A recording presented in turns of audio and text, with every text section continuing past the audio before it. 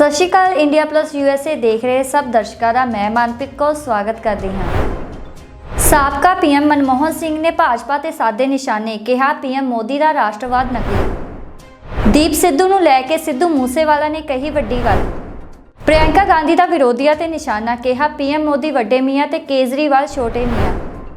Abohar rally 'ਚ ਪਹੁੰਚੇ PM Modi ਨੇ ਸੀਐਮ ਚੰਨੀ ਤੇ ਸਾਧੇ ਨਿਸ਼ਾਨੇ। यूक्रेन ਤੇ रूस 'ਚ विवाद ਦੇ चलदिया भारत ने अपने लोगों ਨੂੰ वापस बुलाने ਲਈ ਫਲਾਈਟਾਂ ਤੇ ਲਾਈ ਪਾਬੰਦੀ ਹਟਾਈ। ਲੰਬੀ ਹਲਕੇ ਦੇ ਲੋਕਾਂ ਲਈ ਆਖਰੀ ਸਾਹਾਂ ਤੱਕ ਸੇਵਾ ਕਰਕੇ ਬਿਤਾਵਾਂਗਾ ਪ੍ਰਕਾਸ਼ ਬਾਦਲ। ਨਵਜੋਤ ਸਿੱਧੂ ਨੂੰ ਝਟਕਾ, MC ਜਤਿੰਦਰ ਕੌਰ ਅਕਾਲੀ ਦਲ 'ਚ ਹੋਏ ਸ਼ਾਮਿਲ। ਭਗਵੰਤ ਮਾਨ ਨੂੰ ਪਟਿਆਲਾ ਦੇ ਵਿੱਚ ਪ੍ਰਸ਼ਾਸਨ ਨੇ ਪ੍ਰਚਾਰ ਕਰਨ ਤੋਂ ਰੋਕਿਆ। ਆਓ ਸ਼ੁਰੂਆਤ ਕਰਦੇ ਹਾਂ ਅੱਜ ਦੀ ਇਸ ਪਹਿਲੀ ਵੱਡੀ ਖਬਰ ਤੋਂ। ਸਾਬਕਾ ਪੀਐਮ ਮਨਮੋਹਨ ਸਿੰਘ ਨੇ ਭਾਜਪਾ ਤੇ ਸਾਧੇ ਨਿਸ਼ਾਨੇ, ਕਿਹਾ ਪੀਐਮ ਮੋਦੀ ਦਾ ਰਾਸ਼ਟਰਵਾਦ ਨਕਲੀ। ਦੇਸ਼ ਦੇ ਪ੍ਰਧਾਨ ਮੰਤਰੀ ਮਨਮੋਹਨ ਸਿੰਘ ਨੇ ਅੱਜ ਯਾਨੀ ਵੀਰਵਾਰ ਨੂੰ ਇੱਕ ਵੀਡੀਓ ਜਾਰੀ ਕਰਕੇ ਕੇਂਦਰ ਸਰਕਾਰ ਤੇ ਨਿਸ਼ਾਨਾ ਵਿੰਨ੍ਹਿਆ। ਮਨਮੋਹਨ ਸਿੰਘ ਨੇ ਕਿਹਾ ਹੈ ਕਿ ਮੋਦੀ ਸਰਕਾਰ ਦਾ ਰਾਸ਼ਟਰਵਾਦ ਨਕਲੀ ਹੈ, ਜੋ ਅੰਗਰੇਜ਼ਾਂ 'ਚ ਫੁੱਟ ਪਾਓ ਤੇ ਰਾਜ ਕਰੋ ਦੀ ਨੀਤੀ ਤੇ ਚੱਲਦਾ ਸੀ। ਉਹਨਾਂ ਨੇ ਕੇਂਦਰ ਸਰਕਾਰ ਨੂੰ ਚੀਨ ਦੇ ਮੁੱਦੇ ਤੇ ਵੀ ਘੇਰਿਆ।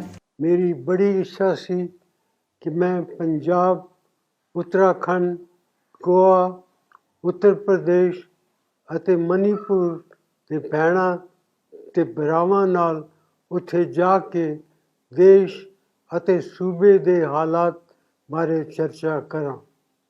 ਮੌਜੂਦਾ ਸਥਿਤੀ ਵਿੱਚ ਡਾਕਟਰਾਂ ਦੀ ਰਾਏ ਨੂੰ ਧਿਆਨ ਵਿੱਚ ਰੱਖਦੇ ਹੋਏ ਮੈਂ ਇਸ ਵੀਡੀਓ ਸੰਦੇਸ਼ ਰਾਹੀਂ ਤੁਹਾਡੇ ਨਾਲ ਗੱਲ ਕਰ ਰਿਹਾ ਹਾਂ। ਅੱਜ ਦੀ ਸਥਿਤੀ ਬਹੁਤ ਚਿੰਤਾਜਨਕ ਹੈ। ਕਰੋਨਾ ਦੇ ਦੌਰ ਵਿੱਚ ਕੇਂਦਰ ਸਰਕਾਰ ਦੀਆਂ ਕੋਝੀਆਂ ਨੀਤੀਆਂ ਕਾਰਨ ਜਿੱਥੇ ਇੱਕ ਪਾਸੇ ਲੋਕ ਡਿੱਗ ਰਹੀ ਆਰਥਿਕਤਾ, ਵੱਧਦੀ ਮਹਿੰਗਾਈ ਅਤੇ ਬੇਰੁਜ਼ਗਾਰੀ ਤੋਂ ਪਰੇਸ਼ਾਨ ਹਨ, ਦੂਜੇ ਪਾਸੇ ਸਾਡੇ ਅੱਜ ਦੇ ਹਾਕਮ 7.5 ਸਾਲ ਸਰਕਾਰ ਚਲਾਉਣ ਦੇ ਬਾਅਦ ਵੀ ਆਪਣੀ ਗਲਤੀਆਂ ਨੂੰ ਮੰਨ ਕੇ ਉਹਨਾਂ ਵਿੱਚ ਸੁਧਾਰ ਕਰਨ ਦੀ ਬਜਾਏ ਲੋਕਾਂ ਦੀਆਂ ਸਮੱਸਿਆਵਾਂ ਲਈ ਆਪਣੇ ਪਹਿਲੇ ਪ੍ਰਧਾਨ ਮੰਤਰੀ ਪੰਡਿਤ ਜਵਾਹਰ ਲਾਲ ਨਹਿਰੂ ਨੂੰ ਜ਼ਿੰਮੇਦਾਰ ਠਹਿਰਾਉਣ ਵਿੱਚ ਲੱਗੇ ਹਨ। ਮੈਂ ਸਪਸ਼ਟ ਤੌਰ 'ਤੇ ਮੰਨਦਾ ਹਾਂ ਕਿ ਪ੍ਰਧਾਨ ਮੰਤਰੀ ਦੇ ਅਹੁਦੇ ਦੀ ਇੱਕ ਖਾਸ ਮਹੱਤਤਾ ਹੁੰਦੀ ਹੈ ਅਤੇ ਇਤਿਹਾਸ ਤੇ ਦੇਸ਼ ਦੋਸ਼ ਲਗਾ ਕੇ ਆਪਣੇ ਗੁਨਾਹ ਘੱਟ ਨਹੀਂ ਹੋ ਸਕਦੇ। ਪ੍ਰਧਾਨ ਮੰਤਰੀ ਦੇ ਤੌਰ 'ਤੇ 8-10 ਸਾਲ ਕੰਮ ਕਰਦੇ ਹੋਏ ਮੈਂ ਖੁਦ ਜ਼ਿਆਦਾ ਬੋਲਣ ਦੀ ਬਜਾਏ ਆਪਣੇ ਕੰਮ ਦੇ ਬੋਲਣ ਨੂੰ ਤਰਜੀਹ ਦਿੱਤੀ। ਅਸੀਂ ਆਪਣੇ ਸਿਆਸੀ ਲਾਭ ਲਈ ਕਦੇ ਦੇਸ਼ ਦੀ ਵੰਡ ਨਹੀਂ ਕੀਤੀ, ਕਦੇ ਸੱਚ ਤੇ ਪਰਦਾ ਪਾਉਣ ਦੀ ਕੋਸ਼ਿਸ਼ ਨਹੀਂ ਕੀਤੀ, ਕਦੇ ਦੇਸ਼ ਅਤੇ ਅਹੁਦੇ ਦੀ ਸ਼ਾਨ ਨੂੰ ਘੱਟ ਨਹੀਂ ਹੋਣ ਦਿੱਤਾ। ਹਰ ਮੁਸ਼ਕਲ ਦੇ ਬਾਵਜੂਦ ਅਸੀਂ ਅੰਤਰਰਾਸ਼ਟਰੀ ਪੱਧਰ 'ਤੇ ਭਾਰਤ ਅਤੇ ਭਾਰਤੀਆਂ ਦਾ ਮਾਣ ਵਧਾਇਆ। ਮੈਨੂੰ ਇਸ ਗੱਲ ਦੀ ਤਸੱਲੀ ਹੈ ਕਿ ਮੇਰੇ ਉੱਪਰ ਚੁੱਪ, ਕਮਜ਼ੋਰ ਅਤੇ ਭ੍ਰਿਸ਼ਟਾਚਾਰ ਦਾ ਦੋਸ਼ ਲਗਾਉਣ ਵਾਲੀ ਭਾਜਪਾ ਸਰਕਾਰ ਅਤੇ ਇਸ ਦੀਆਂ B ਤੇ C ਟੀਮਾਂ ਦਾ ਪ੍ਰਚਾਰ ਅੱਜ ਦੇਸ਼ ਦੇ ਸਾਹਮਣੇ ਬੇਨਕਾਬ ਹੋ ਗਿਆ ਹੈ ਅਤੇ ਦੇਸ਼ 2004 ਤੋਂ 2016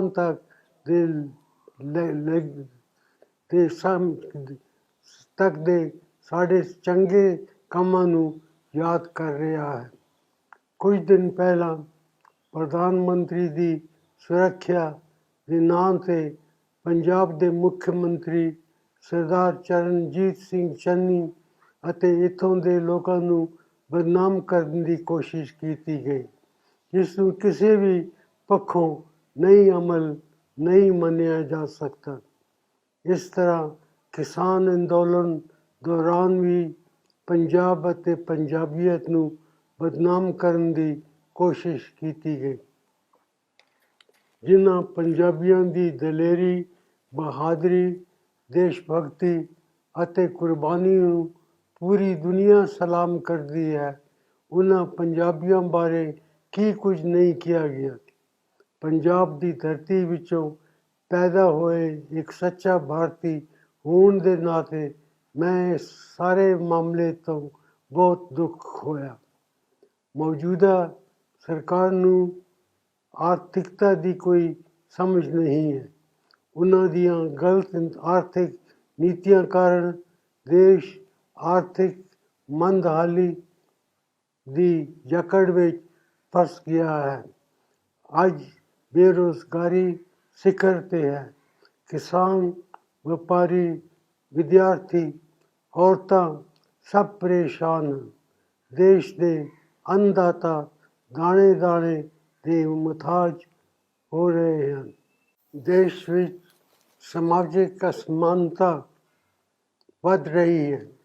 ਲੋਕਾਂ 'ਤੇ ਕਰਜ਼ਾ ਲਗਾਤਾਰ ਵੱਧ ਰਿਹਾ ਹੈ, ਜਦਕਿ ਕਮਾਈ ਘਟ ਰਹੀ ਹੈ, ਜਿਸ ਨਾਲ ਅਮੀਰ ਹੋਰ ਅਮੀਰ ਹੋ ਰਹੇ ਹਨ ਅਤੇ ਗਰੀਬ ਹੋਰ ਗਰੀਬ ਹੋ ਰਹੇ ਹਨ।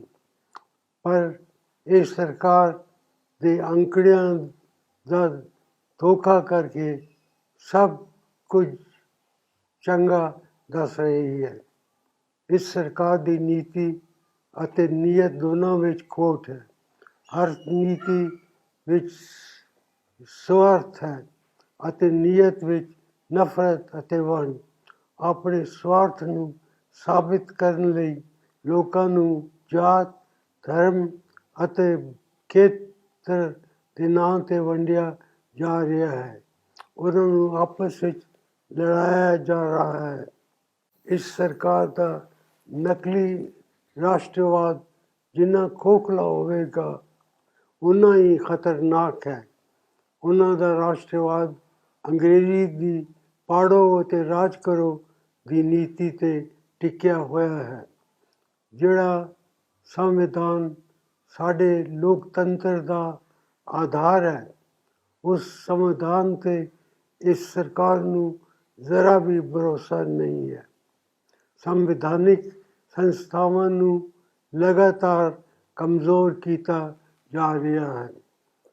ਮਸਲਾ ਸਿਰਫ ਦੇਸ਼ ਦੇ ਅੰਦਰਲੀ ਸਮੱਸਿਆ ਦਾ ਨਹੀਂ, ਇਹ ਸਰਕਾਰ ਵਿਦੇਸ਼ ਨੀਤੀ ਦੇ ਮੋਰਚੇ 'ਤੇ ਵੀ ਪੂਰੀ ਤਰ੍ਹਾਂ ਫੇਲ ਸਾਬਤ ਹੋਈ ਹੈ।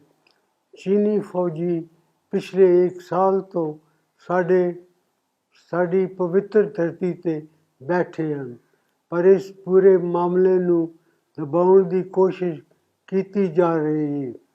ਪੁਰਾਣੇ ਦੋਸਤ ਲਗਾਤਾਰ ਸਾਡੇ ਨਾਲੋਂ ਟੁੱਟਦੇ ਜਾ ਰਹੇ ਹਨ ਅਤੇ ਨਾਲ ਹੀ ਗੁਆਂਢੀ ਦੇਸ਼ਾਂ ਨਾਲ ਵੀ ਸਾਡੇ ਸੰਬੰਧ ਵਿਗੜਦੇ ਜਾ ਰਹੇ ਹਨ। ਮੈਂ ਉਮੀਦ ਕਰਦਾ ਹਾਂ ਕਿ ਹੁਣ ਸੱਤਾਧਾਰੀਆਂ ਨੂੰ ਇਹ ਸਮਝ ਆ ਗਈ ਹੋਵੇਗੀ ਕਿ ਨੇਤਾਵਾਂ ਨੂੰ ਜ਼ਬਰਦਸਤੀ ਜੱਫੀ ਪਾਉਣ, ਉਹਨਾਂ ਨੂੰ ਝੂਠੇ ਦਿਵਾਉਣ ਜਾਂ ਬਿਨਾਂ ਬੁਲਾਏ ਬਿਰਿਆਨੀ ਖਾਣ ਪਹੁੰਚ ਜਾਣ ਨਾਲ ਦੇਸ਼ ਦੇ ਰਿਸ਼ਤੇ ਨਹੀਂ ਸੁਧਰ ਸਕਦੇ।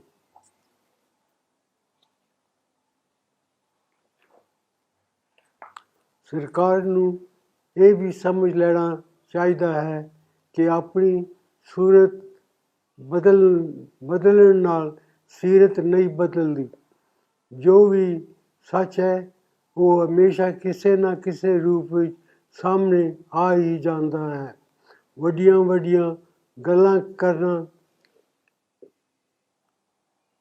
ਬਹੁਤ ਆਸਾਨ ਹੈ, ਪਰ ਉਹਨਾਂ ਗੱਲਾਂ ਨੂੰ ਅਮਲੀ ਜਾਮਾ ਪਹਿਨਾਉਣਾ ਬਹੁਤ ਔਖਾ ਹੁੰਦਾ ਹੈ।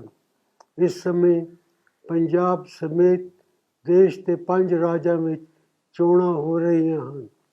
ਇਹਨਾਂ ਚੋਣਾਂ ਦਾ ਕਾਰਨ ਪੰਜਾਬ ਦੀ ਜਨਤਾ ਦੇ ਸਾਹਮਣੇ ਬੜੀਆਂ ਵੱਡੀਆਂ ਚੁਣੌਤੀਆਂ ਹਨ, ਜਿਨ੍ਹਾਂ ਦਾ ਠੀਕ ਤਰੀਕੇ ਨਾਲ ਮੁਕਾਬਲਾ ਕਰਨਾ ਬਹੁਤ ਜ਼ਰੂਰੀ ਹੈ। ਪੰਜਾਬ ਦੇ ਵਿਕਾਸ ਦੀ ਸਮੱਸਿਆ, ਖੇਤੀ ਵਿੱਚ ਖੁਸ਼ਹਾਲੀ ਦੀ ਸਮੱਸਿਆ ਅਤੇ ਬੇਰੁਜ਼ਗਾਰੀ ਦੀ ਸਮੱਸਿਆ ਨੂੰ ਸੁਲਝਾਉਣਾ ਬਹੁਤ ਜ਼ਰੂਰੀ ਹੈ। ਇਹ ਕੰਮ सिर्फ कांग्रेस पार्टी ही कर सकती है।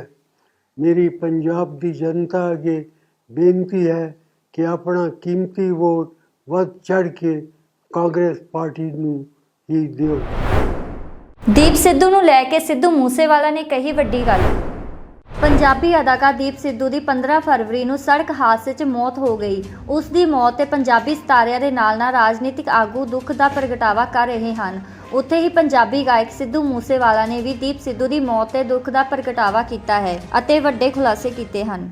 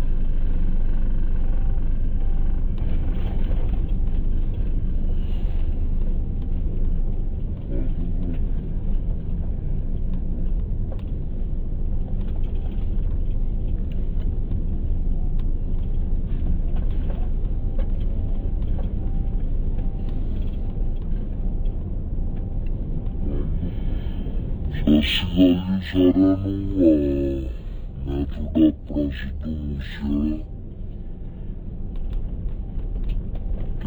ਪਰਸੋਂ ਚੌਥੇ ਇੱਕ ਬੜੀ ਦਰਦਨਾਕ ਘਟਨਾ ਹੋਈ ਹੈ। ਪਰਸੋਂ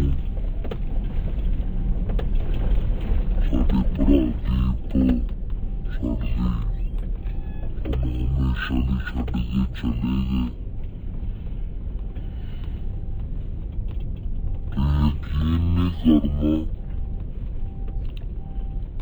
ਚੌਥੇ ਦੀ ਗੱਲ ਹੈ ਨਾ, ਬਸ ਜਦੋਂ ਪਰ ਫੋਨ ਹੈ ਸਾਨੂੰ ਪਰਸੋਂ ਚੌਥੇ ਯਾਨੀ ਕਿ ਦੀਪ ਬਾਈ ਦੀ ਮੌਤ ਤੋਂ ਇੱਕ ਦਿਨ ਪਹਿਲਾਂ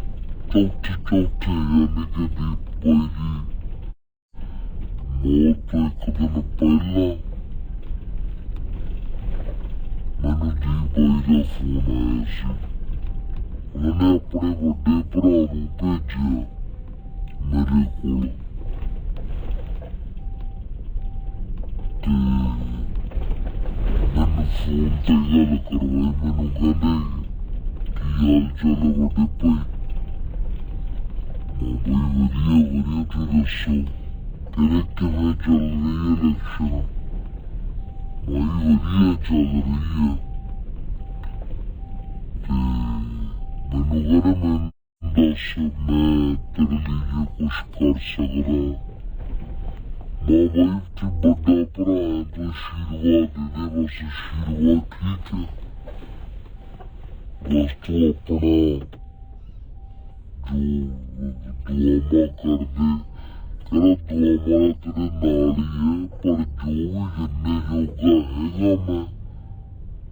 ਪਰ ਜੋ ਵੀ ਜਿੰਨੇ ਜੋਗਾ ਹੈਗਾ ਮੈਂ ਤੂੰ ਮੈਨੂੰ ਦੱਸ ਦੇ, ਮੈਂ ਤੇਰੇ ਕੋਲੇ ਆਊਂਗਾ। ਮੈਂ ਠੀਕ ਹੈ ਬਈ। ਇੰਨੇ ਚ ਮੇਰੀ ਕਿਸੇ ਨੇ ਬਾਂਹ ਫੜ ਲਈ ਤੇ ਬਾਂਹ ਫੜ ਕੇ ਨਾ ਮੈਨੂੰ ਖਿੱਚ ਕੇ ਲੈ ਗਿਆ। ਮੈਨੂੰ ਕਹਿੰਦੇ ਬਈ ਉਹ ਪ੍ਰੋਗਰਾਮ ਤੋਂ ਲੇਟ ਹੋਈ ਜਾਂਦਾ, ਫੋਨ ਤੇ ਗੱਲ ਬਾਅਦ ਚੋਂ ਕਰਨੀ, ਲੋਕ ਡਿੱਕੀ ਜਾਂਦੇ। ਤੇ ਮੈਂ ਵੀ ਬਈ ਨੂੰ ਅਜੇ ਇੰਨੀ ਗੱਲ ਹੀ ਕਹੀ ਹੈ, ਮੈਂ ਵੀ ਬਈ ਮੈਂ ਤੇਰੇ ਨਾਲ ਕੱਲ ਨੂੰ ਗੱਲ ਕਰਦਾ। ਮੈਨੂੰ ਕਹਿੰਦਾ ਤੂੰ ਕੱਲ ਨੂੰ ਗੱਲ ਕਰੀ ਜ਼ਰੂਰ ਤੇ ਮੈਨੂੰ ਦੱਸੀ। ਤੇ ਦੂਜੇ ਦਿਨ ਯਾਰ ਮੈਨੂੰ ਆਹ ਘਟਨਾ ਦਾ ਪਤਾ ਲੱਗਿਆ। ਬੜੀ ਦੁਖਦਾਈ ਘਟਨਾ। ਸਾਡਾ ਭਰਾ ਸੀ ਜੋ ਮਰਜੀ ਸੀ, ਕਿਸੇ ਵੀ ਵਿਚਾਰਧਾਰਾ ਨਾਲ ਸੰਬੰਧ ਸੀ, ਕਿਸੇ ਵੀ ਪਾਰਟੀ ਦਾ ਸੀ, ਪਰ ਸਾਨੂੰ ਮੈਨੂੰ ਮਾਣ ਉਹਦੇ ਤੇ ਵੀ ਉਹਨੇ ਮੈਨੂੰ ਫੋਨ ਕਰਕੇ ਮੈਥੋਂ ਇੰਨਾ ਪੁੱਛੇ ਵੀ ਮੈਂ ਆਵਾਂ ਜਾਂ ਨਾ ਆਵਾਂ। ਤੇ ਕਈ ਸ਼ਰਾਰਤੀ ਮਲੰਗ ਲੋਕ ਇਸ ਚੀਜ਼ ਤੇ ਕੱਲ ਦਾ ਲਈ ਇਹਦਾ ਤਵਾ सिद्धू ने खड़ा लवाता फलान लवाता शर्म करे करो भराओ माड़ी मोटी ये रब तू हाजर नाजर मानो तो थोड़ी और शर्म करे करो थोनों नहीं सी पता मेरा उन्हां की रिश्ता सी ते कल तो मेरे कोई परमेश भाई भी आया हुआ सी बलकार खीला हुआ सी थोनों नहीं पता मैं वोटां च खड़ा होया ते कंपेन चल रही है किसी चीज नूं भद्दा मजाक बना के किसी चीज नाल जोड़ना एहो जी कुत्ती राजनीति गंदी राजनीति ना करिया करो मेरा वीर मेरे नाल कोई थोड़ा भरम भलेखा कोई थोड़ी नाल चंगी फिंगी कोई हैगी जो मर्जी कट लो पर किसी साडे भरा दे बारे सानू गलत तरीके नाल जोड़ दो तो मैं कदे बर्दाश्त नहीं करूंगा इस चीज नूं आ जड़ियां मलांगा तुसीं ना सानू दसो भी साडा किस नाल की रिश्ता है थोनों पता सी मेरी परसों नाल गल हुई विचारी नाल जेड़ा सानू घाटा हुआ सानू पता है ठीक है ना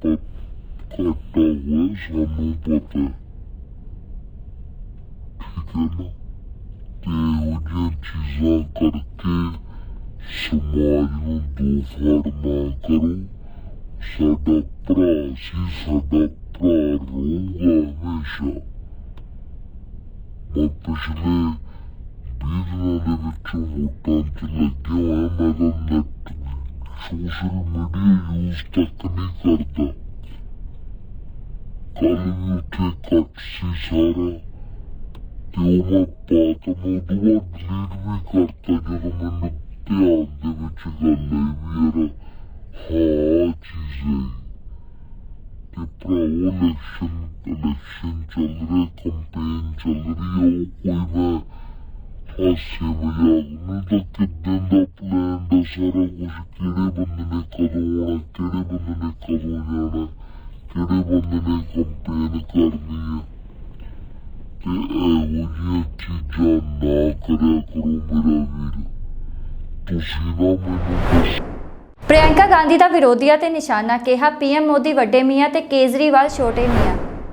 ਪੰਜਾਬ ਵਿਧਾਨ ਸਭਾ ਚੋਣਾਂ ਦੇ ਮੱਦੇਨਜ਼ਰ ਇੰਡੀਆ ਕਾਂਗਰਸ ਕਮੇਟੀ ਦੀ ਜਨਰਲ ਸਕੱਤਰ ਪ੍ਰਿਅੰਕਾ ਗਾਂਧੀ ਅੱਜ ਪਠਾਨਕੋਟ ਪਹੁੰਚੇ। ਲੋਕਾਂ ਨੂੰ ਸੰਬੋਧਨ ਕਰਦੇ ਹੋਏ ਪ੍ਰਿਅੰਕਾ ਗਾਂਧੀ ਨੇ ਪ੍ਰਧਾਨ ਮੰਤਰੀ ਮੋਦੀ ਅਤੇ ਭਾਜਪਾ ਸਰਕਾਰ ਆਮ ਆਦਮੀ ਪਾਰਟੀ ਦੀ ਸਰਕਾਰ ਤੇ ਕਈ ਨਿਸ਼ਾਨੇ ਸਾਧੇ। ਉਹਨਾਂ ਨੇ ਪੀਐਮ ਮੋਦੀ ਨੂੰ ਵੱਡੇ ਮੀਆਂ ਅਤੇ ਕੇਜਰੀਵਾਲ ਨੂੰ ਛੋਟੇ ਮੀਆਂ ਕਿਹਾ। प्यारी बहना जी सत श्री अकाल। श्री रवनीत सिंह बिट्टू जी, श्री अमित विज जी, श्री नरेश पुरी जी, श्री जोगिंदर पाल जी, श्री चेतन चौहान जी, श्री RS बाली जी, युवा कांग्रेस के सभी साथी, सेवा दल के सभी साथी, कांग्रेस के सारे कार्यकर्तागण पदाधिकारी, मेरी बहना मेरे भाई मेरे प्रा आप सबको यहाँ पे बहुत बहुत स्वागत। आप सब मेरी बातों को सुनने के लिए यहाँ आए हैं, इसके लिए मैं आपकी बहुत बहुत आभारी हूँ। देखिए चुनाव आ गया है, इधर आ जाइए। चुनाव आ गया है और मेरी तरह हर पार्टी के नेता आपके सामने आकर मंच पर आपसे कुछ बातें करना चाहते हैं। मैं भी चुनाव के संदर्भ में आई हूं और कुछ समय से मैं देख रही हूं कि दूसरी पार्टी के लोग क्या क्या कह रहे हैं। जब मैंने देखा कि प्रधानमंत्री जी श्री नरेंद्र मोदी जी, दिल्ली के मुख्यमंत्री जी अरविंद केजरीवाल जी दोनों पंजाबियत की बात कर रहे हैं तो थोड़ी बहुत मुझे हंसी आई। मैंने सोचा ये पंजाबियत को कैसे समझेंगे। पंजाबियत को समझने के लिए उसे जीना पड़ता है। पंजाबियत एक जज्बा है। मेरी शादी एक पंजाबी परिवार में हुई। मैं बताऊं पंजाबियत क्या है। पंजाबियत वो है कि मेरी जो बड़ी सासू माँ है, मेरे ससुर जी को जब वो 6 साल के थे, यहाँ कंधे पे यूं दुपट्टे में बांधकर छतों से टाप टाप कर सियालकोट से उसको बचा के लाई। ये है पंजाबियत। पंजाबियत मेरे ससुर जी जो सब कुछ छोड़ के बंटवारे के समय सब कुछ छोड़ा उन्होंने, यूपी के एक मुरादाबाद शहर में अपनी मेहनत से शुरू से अपना बिजनेस बनाया, खून पसीने से बिजनेस बनाया, अपने परिवार की परवरिश की। यह है पंजाबियत।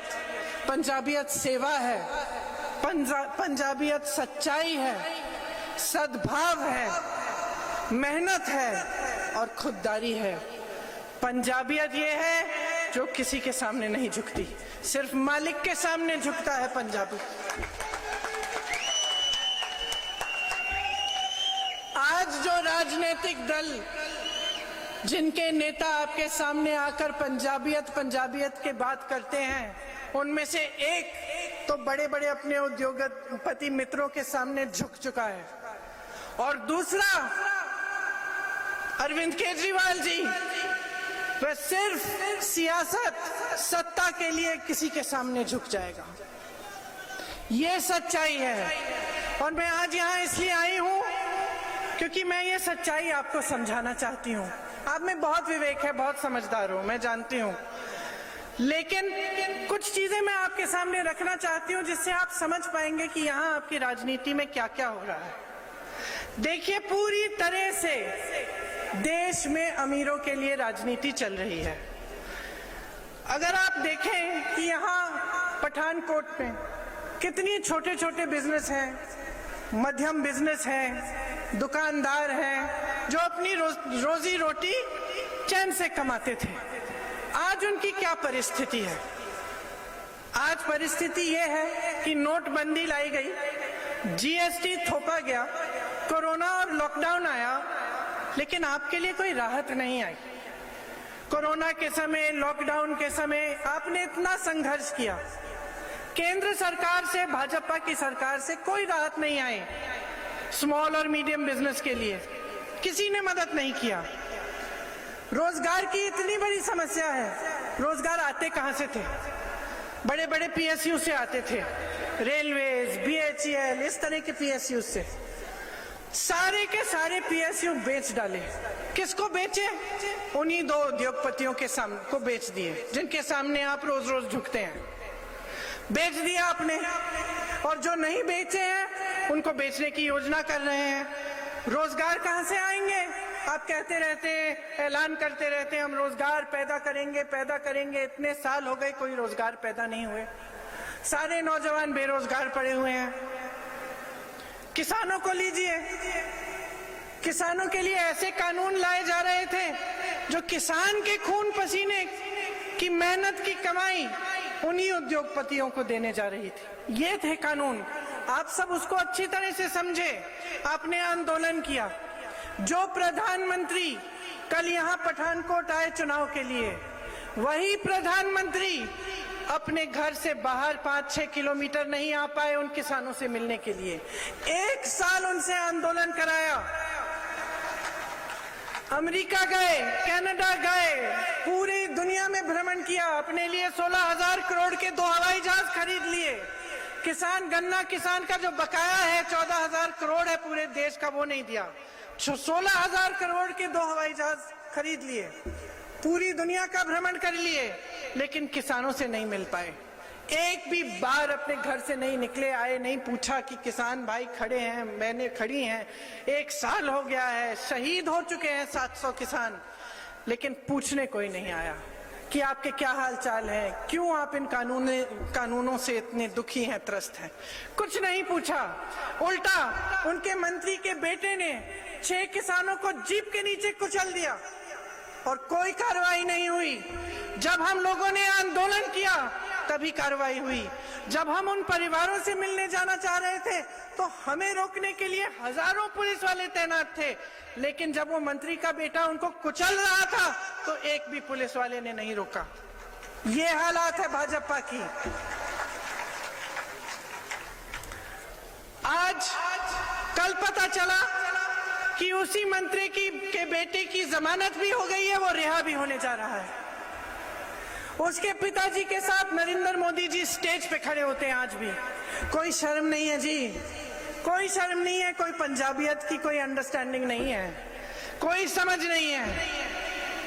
तो आपके सामने जो बातें हो रही हैं वो सच नहीं है, खोखली बातें हैं, उनकी नीयत खोटी है, झूठ है ये बातें। सब कहते हैं, कोई कहता है धर्म के आधार पर वोट दीजिए, कोई कहता है सुरक्षा के आधार पर वोट दीजिए, कोई आपकी आस्था का इस्तेमाल करता है, कोई आपको असुरक्षित महसूस कराना चाहता है ताकि उसके आधार पर वोट मिले, लेकिन कोई विकास के बारे में नहीं बोल रहा है, कोई आपकी समस्याओं के बारे में नहीं बोल रहा है। सब कहते हैं नई सरकार देंगे। अरे पहले एक सरकार तो चलाइए। आपको मालूम है दिल्ली में पुलिस भी इनके अंडर नहीं है, अरविंद केजरीवाल जी के अंडर। जब पुलिस ही आपके अंडर नहीं है तो आपने तो पूरी सरकार कभी जिंदगी में चलाई नहीं है। आप पंजाब आकर कौन सा लॉ एंड ऑर्डर देंगे? आप पंजाब आकर कौन सी सरकार चलाएंगे? आपकी तो ऐसी सरकार है जो एक भी फाइल पास नहीं कर सकती। एक बिल आया, मोदी जी ने, भाजपा ने एक बिल करवाया, पास करवाया, उसके जरिए आप तो फाइल भी खुद पास नहीं कर सकते बगैर उनकी इजाजत से। सरकार आपने चलाई नहीं है। आप पंजाब आके कह रहे हैं कि आप यहाँ पे नई सरकार देंगे। देखिए, आपने वो कहावत सुनी है, बड़े मियाँ तो बड़े मियाँ, छोटे मियाँ, फिर से बोलिए, छोटे मियाँ। बड़े मियाँ कौन? प्रधानमंत्री नरेंद्र मोदी जी। छोटे मियाँ कौन? मुख्यमंत्री अरविंद केजरीवाल जी। अब यही हालत है, मैं बताती हूँ कैसे। दोनों का जन्म कहां से हुआ? आरएसएस से। एक आरएसएस से उभरे, दूसरे ने एक आंदोलन किया हमारी सरकारों के खिलाफ, जिसका पूरा समर्थन आरएसएस ने किया था। एक ने आपको गुजरात मॉडल दिया। 2014 में पूरे देश ने उन पे आस्था, अपनी आस्था डाली उनमें, गुजरात मॉडल बोला और उनको वोट देके जिताया। कौन सा गुजरात मॉडल देखा है अपने देश में? उनका अब गुजरात मॉडल हो गया है। 2 गुजराती उद्योगपति हैं उनके, उन्हीं पर मॉडल चल रहा है। पूरा देश बेचा जा रहा है उनको। गरीब की कोई सुनवाई नहीं है, विकास की कोई बात ही नहीं है। अब दूसरे कह रहे हैं कि आपको दिल्ली मॉडल दिखाएंगे। मैं दिल्ली की हूं, मैं बताती हूं दिल्ली मॉडल। कोरोना में आपने देखा क्या हुआ? क्या हुआ दिल्ली में? सड़कों पे लोग दम तोड़ रहे थे। सड़कों पे ऑक्सीजन नहीं मिल रहा था, सुविधाएं नहीं थी। क्यों? अगर इतनी बड़ी काम किए हैं इन्होंने, स्वास्थ्य की सुविधाएं बनाई हैं, तो क्यों नहीं दिखी उस समय? शिक्षा के संस्थान कितने बनाए हैं इन्होंने? ना मोदी जी ने बनवाए, ना केजरीवाल जी ने बनवाए। मोदी जी ने आपको एक वचन दिया था 15 लाख रुपए मिलेंगे। किसको मिले जी? हाथ उठा लीजिए, दिखा दीजिए, किसी को मिले 15 लाख? नहीं मिले ना। अब केजरीवाल जी कह रहे हैं कि आपको 7 लाख रुपए तक आपका फायदा होगा। इसी तरह से मोदी जी विज्ञापनों पे हजारों करोड़ रुपए खर्चते हैं। अरे जहां जाइए वहां पे विज्ञापन दिखेगा। मैं यूपी में काम करती हूँ, विज्ञापन तो ऐसे बना रखे हैं जैसे यूपी में न जाने क्या क्या विकास हुआ है। रोज मैं गांव में जाती हूँ, किसी की रोजी रोटी नहीं कमाई जा रही है, किसी की महंगाई का सामना नहीं हो रहा है, बच्चे शिक्षित हैं, नौकरी नहीं मिल रही है, लेकिन विज्ञापन बहुत सुंदर है। उसी तरह से केजरीवाल जी ने भी बहुत बढ़िया बड़े खर्चे हैं, हजारों करोड़ रुपए विज्ञापनों पे। किसान कानून बनाया किसने? बड़े मियाँ जी ने। और सबसे पहले लागू करने वाले, उसको नोटिफाई करने वाले कौन? छोटे मियाँ। आंगनवाड़ी, आशा बहुएं, सब दुखी, चाहे बड़े मियाँ जी की सरकार में, चाहे छोटे मियाँ जी की सरकार में। आज भी आंदोलन, कल भी आंदोलन कर रही थी, सब सड़क पे बैठी थी। केजरीवाल जी ड्रग माफिया के सामने झुक गए। उन्होंने कहा आपको खूब रोजगार मिलेंगे। मोदी जी ने तो कहा था 20-25 लाख रोजगार देने वाले थे। तमाम बेरोजगार पड़े हुए नौजवान हर प्रदेश में। केजरीवाल जी ने कितने रोजगार दिए आपको मालूम है अपने राज्य में? बताइए। 440 नौकरियां दी हैं, 440 बस। पूरे अपने पूरे सालों के राज में सिर्फ 440 नौकरियां दी हैं। ये हालात हैं। सत्ता में आने के लिए तो कुछ भी कर डालेंगे। उनके एक साथी हैं, उनका कल बयान आया था, कह रहे थे कि केजरीवाल जी ने मुझे कहा कि अगर पंजाब के सीएम नहीं तो ठीक है, दुनिया के पहले नए देश के पीएम तो बन जाऊंगा मैं। समझे आप बात? आतंकवादियों के घर में जाके रहते हैं एक छोटे मियां साहब, और बड़े मियां किसानों को आतंकवादी कहते हैं। यह है सच्चाई आपके सामने कि सत्ता में रहने के लिए कुछ भी कर डालेंगे। पैसों का इस्तेमाल, आतंकवादियों के पास चले जाएंगे, धर्म का इस्तेमाल, जज्बातों का इस्तेमाल। लेकिन ये आपके विकास के लिए नहीं है, आपको आगे बढ़ाने के लिए नहीं है, ये खुद को आगे बढ़ाने के लिए, खुद के विकास के लिए। अब हम आपको कह रहे हैं कि असलियत ये है कि आपकी जो पंजाबियत है उसको बचाने वाले इस प्रदेश में आपके सामने जो मुख्यमंत्री जी चन्नी जी हैं वो है। आपकी पंजाबियत को बचाने वाले कांग्रेस के तमाम लीडर, बिट्टू जी जैसे, अमित जी जैसे, यहाँ मौजूद जैसे जितने भी लीडर हैं उनके जैसे, ये है आपकी पंजाबियत को बचाने वाले। क्योंकि ये वो नकली सरदार नहीं है जो मंच पे खड़े होकर बनावटी पगड़ी पहनते हैं। ये असली सरदार है, ये असली सरदार है, इनके दिलों में पंजाबियत है, हिम्मत वाले हैं। चन्नी जी ने 111 दिन में जितने हिम्मत वाले ठोस निर्णय लिए हैं, आप मुझे कोई भी सरकार दिखा दीजिए इस पूरे देश में जिसने 111 दिनों में इतना काम किया हो।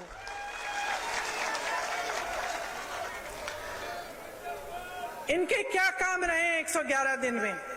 6,400 करोड़ किसानों को का कर्जा माफ किया है, 1,500 करोड़ के बिल माफ किए बिजली के, किसानों को मुफ्त बिजली दी है, बिजली की रेट 3 रुपए यूनिट की है, औद्योगिक बिजली का रेट 5 रुपए यूनिट, पानी के दाम ग्रामीणों के इलाकों में घटाकर 50 रुपए प्रति माह कर दिया है। शहरों में जो वाटर सप्लाई है, जो सूरज का सप्लाई है, उसके 700 करोड़ के बिजली के बिल माफ किए हैं, गौशालाओं में बिजली के बिल माफ किए हैं, पेट्रोल डीजल के दाम घटाए हैं, 3.5 लाख कंस्ट्रक्शन के श्रमिकों को 3,100 रुपए दिए गए हैं, दलित और पिछड़े वर्ग के लिए 60 करोड़ के कर्जे माफ किए हैं, दलित परिवारों के लिए 200 यूनिट बिजली फ्री की है, रसोईया बहनों को का मानदेय 3,000 रुपए तक किया है और 12 महीनों के लिए किया है, 10 महीनों से बढ़ाकर 33% सरकारी नौकरी चन्नी जी और हमारी सरकार कह रहे हैं कि आपको महिलाओं के लिए मिलेंगी। महिलाओं को मुफ्त बस यात्रा मिलेगी, जितनी भी सरकारी बसें हैं उनमें आपको टिकट नहीं खरीदना पड़ेगा, पंचायतों में आपको 50% आरक्षण मिलेगा। और आगे बढ़कर हम ये कह रहे हैं कि हम 1 लाख रोजगार बनाना चाहते हैं और जो बेरोजगार नवयुवक है उसको 1,100 रुपए प्रति माह मिलेगा ताकि वो कम से कम अपने पैरों पे थोड़ा खड़ा होना शुरू करे। जरूरतमंद परिवारों को हर साल 8 गैस सिलेंडर मुफ्त मिलेंगे। माफ करिए, बेरोजगार नौजवानों को नहीं, महिलाओं को प्रति माह 1,100 रुपए का मिलेगा, महिलाओं को, माफ करिए। सरकारी अस्पतालों में 20 लाख तक मुफ्त इलाज होगा। पंजाब में सभी निवासियों को 100 दिन का रोजगार का गारंटी मिलेगा, मतलब आप सबको कम से कम 100 दिन का रोजगार मिलेगा। आंगनबाड़ी की बहनों का मानदेय 10,000 रुपए प्रति माह होगा। सरकारी स्कूल में लड़कियों के लिए स्मार्टफोन और लैपटॉप मिलवाए जाएंगे। इस पे मुझे ज्यादा खुशी है क्योंकि ये हमने यूपी में ये पहली घोषणा हमने यही की थी और मुझे खुशी है कि यहाँ पंजाब में भी यही है। तो देखिए, हम काम करके दिखाना चाहते हैं। हमें मालूम है कि जो कांग्रेस की पिछली सरकार थी उसमें खामियां थी, उनको दुरुस्त करने के लिए हम तेजी से काम कर रहे हैं। इसीलिए चन्नी जी आज आए हैं आपके सामने और इतनी तेजी से उन्होंने इतनी अच्छी अच्छी घोषणाएं की हैं। किस लिए की हैं? आपके लिए की है, क्योंकि ये सरकार जो है, कांग्रेस की जो सरकार है, वो आपके लिए काम करती है, किसी और के लिए नहीं काम करती। अपने लिए नहीं कि अपने आप को आगे बढ़ा दिया, भूल गए कि स्टेज पे बिठाने वाले, नेता बनाने वाले कौन हैं? आप ही हैं। आप पब्लिक हैं, आपने बहुत शक्ति है, बहुत समझदारी है। अब आपके सामने एक मौका आ रहा है, चुनाव है। आप जो निर्णय लेंगे उस निर्णय से आपका भविष्य तय होगा। यहाँ मेरी इतनी सारी बहनें हैं, आप बच्चों की परवरिश करती हैं, मेहनत से अपने बच्चों को बड़ा करती हैं। क्यों करती हैं? आप चाहती हैं कि आपकी बेटियां आपकी तरह संघर्ष ना करें। आप चाहते हैं कि आपके बेटे आपकी तरह संघर्ष ना करें, उनका भविष्य बने, मजबूत बने, आगे बढ़े, है कि नहीं? सब यही चाहते हैं। तो अब उनके भविष्य को मजबूत कैसे बनाएंगे? अगर हम इस तरह की राजनीति को चलने दें, जिसमें झूठों की राजनीति है, जिसमें बड़ी बड़ी घोषणाएं हैं, बड़े बड़े विज्ञापन हैं, लेकिन असलियत में काम कुछ नहीं है, जो अपने लिए चलती है, पब्लिक के लिए नहीं, जो ये समझती नहीं है कि चुनाव के बाद भी कुछ होता है, सिर्फ चुनाव के समय घोषणाएं और ये सब बातें नहीं। अगर आप इस तरह की राजनीति को हमेशा समर्थन देते रहेंगे, धर्म के आधार पर या अपने जज्बातों के आधार पर, या ये सोचकर कि चलो इनको ट्राई कर लेते हैं, कुछ नया आ जाएगा, तो आप अपने प्रदेश का नुकसान करते हैं। आपको जो नई सरकार देने वाले हैं ना, वो चन्नी जी हैं। वो नई सरकार दे रहे हैं आपको। आपने उस नई सरकार का अनुभव 111 दिन में कर लिया। देख लीजिए कितनी हिम्मत से उन्होंने फैसले किए हैं। जो ड्रग माफियाओं के सामने झुकते हैं ना, चन्नी जी ने ड्रग माफिया का सामना किया है, हिम्मत वाले फैसले किए हैं। इसीलिए मन बना लीजिए कि आप एक कांग्रेस की सरकार लाएंगे पंजाब में, एक स्थिर और मजबूत सरकार लाएंगे जो 5 सालों के लिए आपके हित में काम करके दिखाएगी। तभी आपके प्रदेश का ठीक तरह से विकास होगा। इसी में आपकी सुरक्षा है, इसी में आपका भविष्य है, इसी में आपकी मजबूती है और इसी में आपकी पंजाबियत है। आप अबोहर रैली 'ਚ पहुंचे पीएम मोदी ने सीएम चन्नी ਤੇ ਸਾਧੇ ਨਿਸ਼ਾਨੇ। ਪੰਜਾਬ ਚੋਣਾਂ ਨੂੰ ਹੁਣ 3 ਦਿਨ ਬਾਕੀ ਹਨ, ਜਿਸ ਕਾਰਨ ਸਿਆਸੀ ਪਾਰਟੀਆਂ ਵੱਲੋਂ ਚੋਣ ਪ੍ਰਚਾਰ ਸਿਖਰਾਂ ਤੇ ਹੈ। ਇਸੇ ਵਿਚਾਲੇ ਪ੍ਰਧਾਨ ਮੰਤਰੀ ਮੋਦੀ ਵੀਰਵਾਰ ਨੂੰ ਚੋਣ ਰੈਲੀ ਲਈ ਅਬੋਹਰ ਪਹੁੰਚੇ। ਇਸ ਦੌਰਾਨ ਪੀਐਮ ਮੋਦੀ ਨੇ ਸੀਐਮ ਚੰਨੀ ਤੇ यूपी ਬਿਹਾਰ ਵਾਲੇ ਬਿਆਨ ਨੂੰ ਲੈ ਕੇ ਕਈ ਸਵਾਲ ਦਾਗੇ। ਉਹਨਾਂ ਨੇ ਪੁੱਛਿਆ ਹੈ ਕਿ ਤੁਸੀਂ ਇਸ ਤਰ੍ਹਾਂ ਦੇ ਬਿਆਨਾਂ ਨਾਲ ਕਿਸ ਦਾ ਅਪਮਾਨ ਕਰ ਰਹੇ ਹੋ। अब फिर देखिएगा डबल इंजन की सरकार कैसे पंजाब को तेज गति से आगे बढ़ाती है। आप देखिए, देश के इतने सारे राज्य हैं, जब कांग्रेस एक बार गई तो फिर कभी लौटकर आई ही नहीं। और जहां भाजपा को आशीर्वाद मिल गया, वहां तो कांग्रेस जड़ मूल से साफ हो गई। साथियों, पंजाब के इस क्षेत्र ने देश को ये दिखाया था कि खेती भी खुशहाली का जरिया बन सकती है। लेकिन आज स्थितियां बदल रही है। यहां की मिट्टी की उपजाऊ क्षमता घट रही है, मिट्टी में केमिकल्स बढ़ गए हैं। भाइयों और बहनों, इतिहास गवाह है, कांग्रेस ने किसानों को हमेशा धोखा दिया है।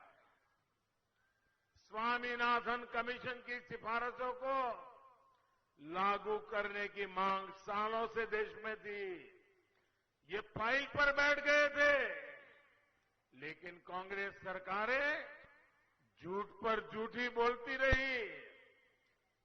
केंद्र में हमारी सरकार बनी तो हमने उन सिफारिशों को लागू करने का काम करके दिखाया। भाइयों बहनों, ये हमारा किसानों के प्रति हमारी भारतीय जनता पार्टी का लगाव है।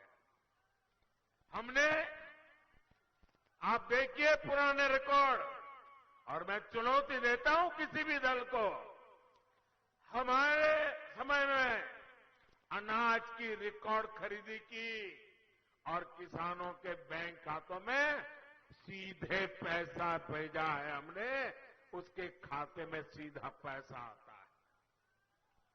भाई और बहनों, पंजाब के किसानों को आज नई सोच और नए विजन वाली सरकार चाहिए।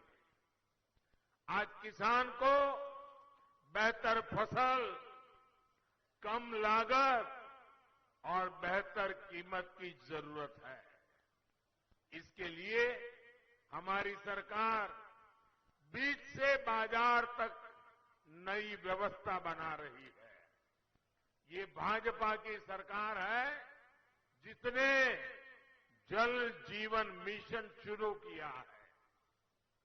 आज हम पंजाब के घर घर में साफ पानी का कनेक्शन देने के लिए, नल से जल पहुंचाने के लिए हम बहुत तेज गति से काम कर रहे हैं। साथियों, पंजाब में आज हर व्यापार माफियाओं के कब्जे में है। व्यापारियों को माफियाओं की कृपा पर जीने के लिए मजबूर होना पड़ रहा है। इसकी सबसे बड़ी तकलीफ हमारे छोटे व्यापारियों को हो रही है।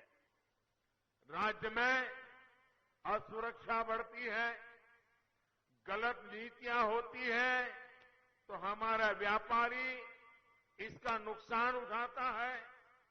आज आप देखिए, इतनी संभावनाओं से भरा पूरा पंजाब, लेकिन इंडस्ट्री यहां से छोड़ करके भाग रही है। हमारे नौजवानों का भविष्य में एक सवालिया निशान खड़ा हो रहा है। कांग्रेस सरकार की नीतियों के कारण यहां जल्दी कोई आने को तैयार भी नहीं है। वो 7 बार सोचता है, क्या जाऊंगा और माफियाओं की चरण में जाना पड़ेगा तो क्या होगा। इन स्थितियों को भी डबल इंजन की सरकार ही बदल सकती है। आप मुझे बताइए, और कोई इसको बदल सकता है क्या? और कोई बदल सकता है क्या? एक भी सारे चेहरे याद कर लो, किसी में दम है क्या? भाइयों बहनों, ये अगर करेगा तो मोदी ही करेगा।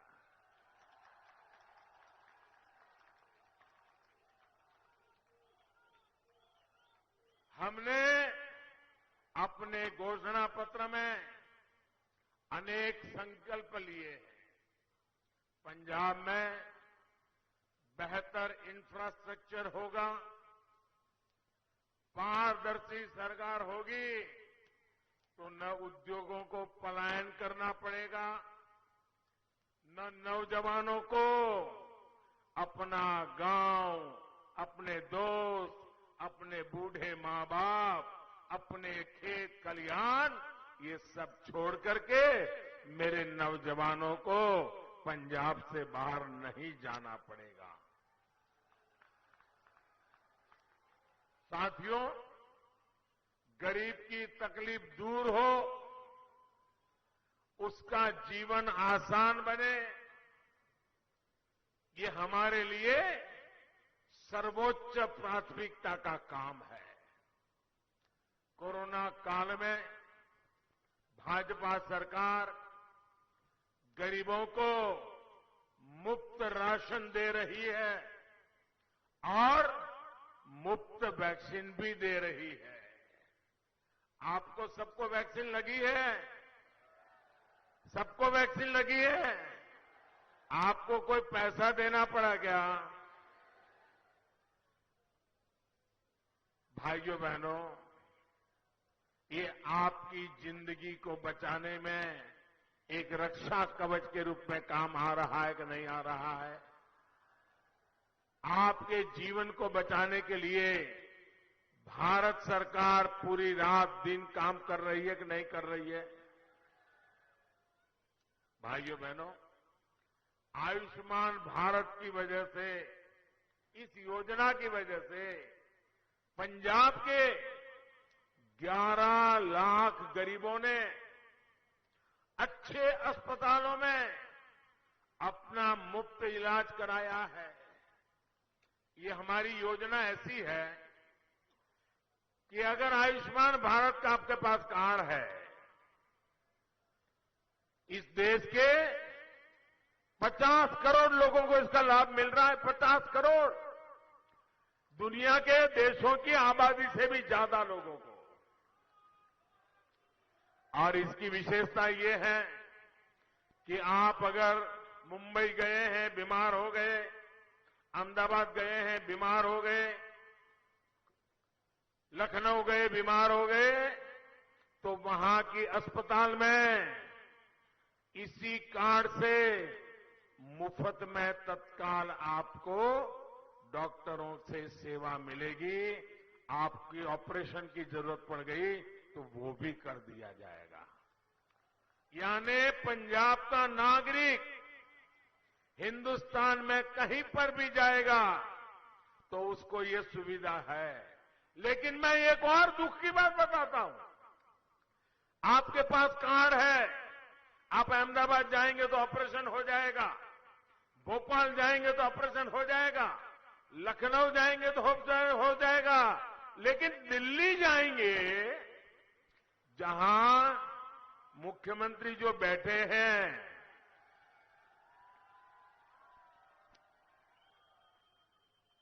दिल्ली में जहां दिल्ली सरकार की अस्पतालें हैं, वहां पर आपको मना कर देंगे।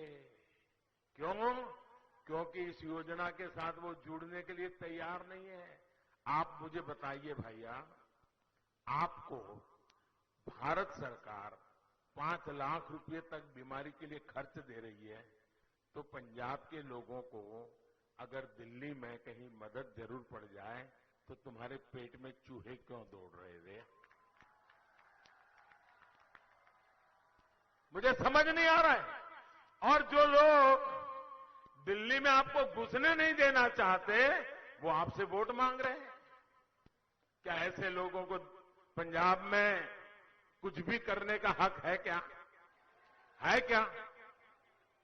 भाइयों बहनों, हमने जो आयुष्मान भारत योजना की बात बनाई है, इससे पंजाब के गरीबों के करीब करीब 2000 करोड़ रुपए बचे हैं। 2000 करोड़ रुपए। अब कल्पना कीजिए, गरीब के लिए 2000 करोड़ रुपए उसकी बीमारी में काम करने का काम दिल्ली में मोदी बैठ करके कर रहा है। भाइयों बहनों, ये हमारे दिल में आपके प्रति चिंता है। पंजाब में 300 से ज्यादा जन औषधि केंद्र चल रहे हैं और वहां पर जो बाजार में महंगी दवाई मिलती है, वैसी ही दवाई में कोई समझौता नहीं, कोई कॉम्प्रोमाइज नहीं, उसकी क्वालिटी में कोई कॉम्प्रोमाइज नहीं। लेकिन हमने जो जन औषधि केंद्र खोले हैं, जो बाजार में दवाई 100 रुपये में मिलती है, वही दवाई यहां 10 रुपये 20 रुपये में मिल जाती है। भाइयों, ये काम हमने किया। हम कैसे मदद कर रहे हैं देखिए आप। अगर किसी के परिवार में बुजुर्ग मां बाप है, डायबिटीज हो गया, रोज उनको गोलियां लेनी पड़ रही है, इंजेक्शन लेना पड़ रहा है, अगर ये दवाइयां घर में ला दी, महीने का 2-2.5 हजार का खर्चा तो होता ही होता है। मध्यम वर्ग के परिवार पर 2-2.5 हजार का दवाई का बोझ लग जाता है। लेकिन अगर जन औषधि से ले आएंगे दवाई तो सिर्फ 100-150 रुपये में आपका काम चल जाएगा। हर गरीब परिवार का, मध्यम वर्ग के परिवार का 1000-1500 रुपया बचेगा कि नहीं बचेगा? बचेगा कि नहीं बचेगा? लेकिन हम इसके लिए अरबों खरबों की जाहिरात नहीं करते भाई। हम तो गरीब के लिए जीते हैं, गरीब के लिए काम करते हैं, मध्यम वर्ग के लिए जीते हैं, मध्यम वर्ग के लिए काम करते हैं। अगर हाई ब्लड प्रेशर है, अगर उन्हें ऐसे स्टोर में गए, बहुत सस्ते में दवाई मिल जाएगी। इन केंद्रों से भी हर साल पंजाब के लोगों को करीब करीब 300 करोड़ रुपयों का फायदा हो रहा है। यहां के नागरिकों को दवाई के खर्चे में 300 करोड़ की बचत। भाइयों बहनों, ये मदद है कि नहीं है? ये मदद है कि नहीं है? ये आपका भला करने के लिए है कि नहीं है? क्या कभी हमने किसी अखबार में इश्तेहार दिया है क्या? एडवर्टाइजमेंट दिया है क्या? इसी तरह हमारी सरकार ने जो स्टेंट के पैसे कम कराए हैं, हृदय की बीमारी हो, हार्ट का स्टेंट लगाना है, आजकल नी की बीमारी हो जाती है, 50-60 साल की उम्र के बाद शुरू हो जाता है, नी ट्रांसप्लांट करवाते हैं, इसमें भी हमने उसके दाम बहुत कम करवा दिए, कानून का उपयोग किया। और इसके कारण जिन जिन लोगों ने हृदय में अगर स्टेंट लगवाया है, हार्ट में ऑपरेशन करवाया है या नी ऑपरेशन करवाया है, उसके भी करोड़ों रुपयों की बचत हुई है। भाइयों बहनों, हेल्थ सेक्टर में काम कैसे होता है, इसके ये उदाहरण मैं बताता हूं। पीएम किसान सम्मान निधि के तहत केंद्र सरकार ने पंजाब के किसानों के बैंक खातों में 3,700 करोड़ रुपया 3,700 करोड़ रुपया सीधा सीधा किसान के बैंक के खातों में जमा हुआ है। अकेले पंजाब में, बीच में कोई कंपनी, कट की कंपनी नहीं, कोई बिचौलिया नहीं, कोई माफिया नहीं, सीधा। भाइयों बहनों, मुझे बताइए, किसान मुझे आशीर्वाद देगा कि नहीं देगा? देगा कि नहीं देगा? इसका लाभ पंजाब में करीब 23 लाख किसानों को मिला है। 23 लाख किसानों को केंद्र सरकार की प्रधानमंत्री आवास योजनाओं के तहत पंजाब में 75,000 से अधिक घर बनाए जा रहे हैं। और एक एक घर बनाने के लिए लाख-सवा लाख रुपया उनके खाते में भारत सरकार जमा करवाती है, ताकि वो पक्के घर में जिंदगी गुजारना शुरू करे। भाई, गरीबों को पक्के घर के लिए अकेले पंजाब को 2,000 करोड़ रुपए से के भी अधिक की राशि दी गई है। इधर आंकड़े जोड़ दीजिए, मैं तो कुछ ही बता रहा हूं, ये सारा दिल्ली से पैसा पंजाब की धरती पर उतारने का हमने काम किया है। साथियों, उजाला स्कीम के तहत हमने बिजली बिल कम हो, हमेशा हमेशा के लिए बिजली का खर्चा कम हो, आपकी जेब से ज्यादा पैसे न जाएं, एक स्थायी व्यवस्था बनाई और टेक्नोलॉजिकल सॉल्यूशन निकाला। इसके तहत एलईडी बल्ब हमने पंजाब में वितरित किए। इस वजह से गरीबों के बिजली के बिल में 900 करोड़ रुपए से भी अधिक बिजली का बिल बचा है।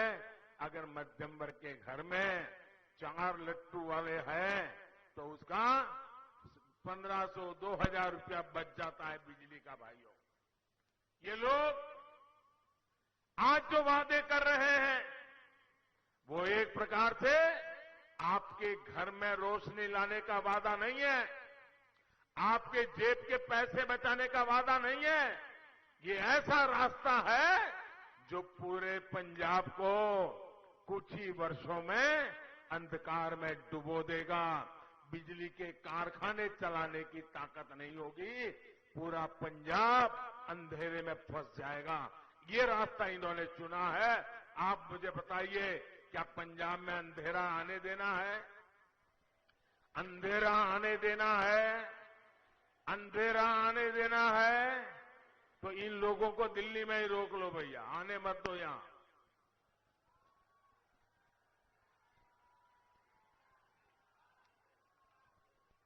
हम इस बात की व्यवस्था भी कर रहे हैं कि ना सिर्फ बिजली का बिल कम हो, बल्कि बिजली कारखाने भी अच्छे ढंग से चले और जरूरत के हिसाब से नए। ਯੂਕਰੇਨ ਤੇ ਰੂਸ 'ਚ ਵਿਵਾਦ ਦੇ ਚੱਲਦਿਆਂ ਭਾਰਤ ਨੇ ਆਪਣੇ ਲੋਕਾਂ ਨੂੰ ਵਾਪਸ ਬੁਲਾਉਣ ਲਈ ਫਲਾਈਟਾਂ ਤੇ ਲਾਈ ਪਾਬੰਦੀ ਹਟਾਈ। ਰੂਸ ਅਤੇ ਯੂਕਰੇਨ ਵਿਚਾਲੇ ਚੱਲ ਰਹੇ ਤਣਾਅ ਦੇ ਵਿਚਕਾਰ ਭਾਰਤ ਨੇ ਯੂਕਰੇਨ ਵਿੱਚ ਫਸੇ ਆਪਣੇ ਨਾਗਰਿਕਾਂ ਨੂੰ ਸੁਰੱਖਿਅਤ ਕੱਢਣ ਲਈ ਕੋਸ਼ਿਸ਼ਾਂ ਤੇਜ਼ ਕਰ ਦਿੱਤੀਆਂ ਹਨ। ਹਵਾਬਾਜ਼ੀ ਮੰਤਰਾਲੇ ਨੇ ਯੂਕਰੇਨ ਤੋਂ ਭਾਰਤ ਆਉਣ ਵਾਲੀਆਂ ਉਡਾਨਾਂ ਦੀ ਗਿਣਤੀ ਅਤੇ ਜਹਾਜ਼ ਵਿੱਚ ਯਾਤਰੀਆਂ ਦੀ ਸੀਮਤ ਗਿਣਤੀ ਤੇ ਲੱਗੀ ਪਾਬੰਦੀ ਨੂੰ ਹਟਾ ਦਿੱਤਾ ਹੈ ਤਾਂ ਜੋ ਵੱਧ ਤੋਂ ਵੱਧ ਨਾਗਰਿਕ ਅਤੇ ਇੱਥੇ ਪੜ੍ਹ ਰਹੇ ਵਿਦਿਆਰਥੀ ਭਾਰਤ ਵਾਪਸ ਆ ਸਕਣ। 에ਅਰਲਾਈਨਜ਼ ਨੂੰ ਜਹਾਜ਼ਾਂ ਦੀ ਗਿਣਤੀ ਵਧਾਉਣ ਅਤੇ ਯਾਤਰੀਆਂ ਦੀ ਵੱਧਦੀ ਮੰਗ ਨੂੰ ਪੂਰਾ ਕਰਨ ਲਈ ਕਿਹਾ ਗਿਆ ਹੈ। ਭਾਰਤ ਨੇ ਯੂਕਰੇਨ ਵਿੱਚ ਫਸੇ ਭਾਰਤੀ ਨਾਗਰਿਕਾਂ ਨੂੰ ਜਲਦੀ ਤੋਂ ਜਲਦੀ ਉੱਥੋਂ ਜਾਣ ਲਈ ਕਿਹਾ ਹੈ ਕਿਉਂਕਿ 20 ਫਰਵਰੀ ਤੋਂ ਬਾਅਦ ਯੂਕਰੇਨ ਤੋਂ ਭਾਰਤ ਲਈ ਉਡਾਨਾਂ ਉਪਲਬਧ ਨਹੀਂ ਹੋਣਗੀਆਂ। ਲੰਬੀ ਹਲਕੇ ਦੇ ਲੋਕਾਂ ਲਈ ਆਖਰੀ ਸਾਹਾਂ ਤੱਕ ਸੇਵਾ ਕਰਕੇ ਬਿਤਾਵਾਂਗਾ, ਪ੍ਰਕਾਸ਼ ਬਾਦਲ।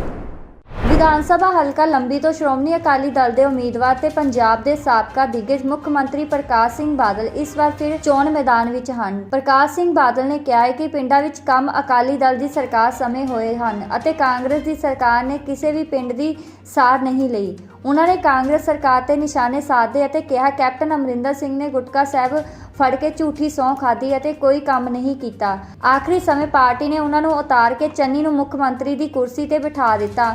ਹੁਣ ਉਸ ਦੇ ਨਾਮ ਤੇ ਗੁੰਮਰਾਹ ਕਰ ਰਹੇ ਹਨ। ਵੀਰੋ, ਮੇਰਾ ਕੋਈ ਇਲੈਕਸ਼ਨ ਲੜਨ ਦਾ ਮਨ ਨਹੀਂ ਸੀ। ਦੋ ਗੱਲਾਂ ਨੇ ਮੈਨੂੰ ਮਜਬੂਰ ਕੀਤਾ। ਇੱਕ ਤਾਂ ਪਾਰਟੀ ਨੇ ਸਾਰੀ ਪਾਰਟੀ ਦੀ ਕੋਰ ਕਮੇਟੀ ਨੇ ਮੈਨੂੰ ਹੁਕਮ ਦਿੱਤਾ ਕਿ ਤੁਸੀਂ ਇਲੈਕਸ਼ਨ ਲੜਨਾ ਹੈ। ਜੇ ਤੁਸੀਂ ਇਲੈਕਸ਼ਨ ਲੜੋਗੇ ਤਾਂ ਆਪਣੀ ਸਰਕਾਰ ਬਣ ਜਾਊ। ਮੈਂ ਪਾਰਟੀ ਦਾ ਸਾਰੀ ਜ਼ਿੰਦਗੀ ਹੁਕਮ ਅਦੂਲੀ ਨਹੀਂ ਕੀਤੀ। ਭਾਵੇਂ ਪ੍ਰਧਾਨ ਮਾਸਟਰ ਤਾਰਾ ਸਿੰਘ ਜੀ ਸਨ, ਭਾਵੇਂ ਪ੍ਰਧਾਨ ਫਤਿਹ ਸਿੰਘ ਜੀ ਸਨ, ਭਾਵੇਂ ਸਰਦਾਰ ਹਰਚੰਦ ਸਿੰਘ ਲੌਂਗੋਵਾਲ ਸਨ, ਜਿਹੜਾ ਨਿਰਣਾ ਉਹਨਾਂ ਨੇ ਲਿਆ, ਮੈਂ ਪਹਿਲੇ ਦਿਨ ਤਿਆਰ ਹੋ ਕੇ ਵੱਡੀਆਂ ਸਰਕਾਰਾਂ ਨਾਲ ਲੜਾਈ ਲੜਨ ਵਾਸਤੇ ਜੇਲ੍ਹਾਂ ਵੱਲ ਨੂੰ ਰਵਾਨਗੀ ਕਰ ਦਿੱਤੀ। ਇਸ ਤੋਂ ਵੀ ਜ਼ਿਆਦਾ ਦੂਜਾ ਪੁਆਇੰਟ ਸੀ ਕਿ ਇਸ ਇਲਾਕੇ ਦੇ ਲੋਕਾਂ ਨੇ 50-60 ਸਾਲ ਮੇਰਾ ਸਾਥ ਦਿੱਤਾ ਹੈ। ਮੈਨੂੰ ਸਧਾਰਨ ਕਿਸਾਨੀ ਤੋਂ ਚੱਕ ਕੇ 5 ਵਾਰੀ ਚੀਫ ਮਿਨਿਸਟਰ ਬਣਾਇਆ ਹੈ, ਸੈਂਟਰ ਦਾ ਵੀ ਮਿਨਿਸਟਰ ਬਣਾਇਆ ਹੈ ਤੇ ਮੇਰਾ ਆਖਰੀ ਸਾਹ ਇਸ ਇਲਾਕੇ ਦੀ ਸੇਵਾ 'ਚ ਵੀ ਨਿਕਲੇ। ਜੇ ਮੈਂ ਛੱਡ ਜਾਂਦਾ ਤਾਂ ਤੁਹਾਡੇ ਮਨ 'ਚ ਗਿਲਾ ਹੋਣਾ ਸੀ ਕਿ ਤੁਸੀਂ ਸਾਨੂੰ ਛੱਡ ਗਏ। ਵੀਰੋ, ਮੈਂ ਕੋਸ਼ਿਸ਼ ਕੀਤੀ ਕਿ ਸਾਰੇ ਪਿੰਡਾਂ ਵਿੱਚ ਆਪ ਜਾ ਕੇ ਲੋਕਾਂ ਵਿੱਚ ਹਾਜ਼ਰੀ ਭਰਾਂ। ਕੁਝ ਪਿੰਡ ਰਹਿ ਵੀ ਗਏ ਕਿਉਂਕਿ ਬਿਮਾਰੀ ਨੇ ਰੁਕਾਵਟ ਪਾਤੀ। 10-15 ਦਿਨ मैनू उस बिमारी का टाकरा करना पिया, पर जदों सेहतयाब आके होया उदों थोड़े दर्शन करने शुरू किए। वीरो, ये जो 20 तरीक नूं वोटां पैणियां, इहदे नाल आउण वाले समय विच नवीं सरकार बननी है।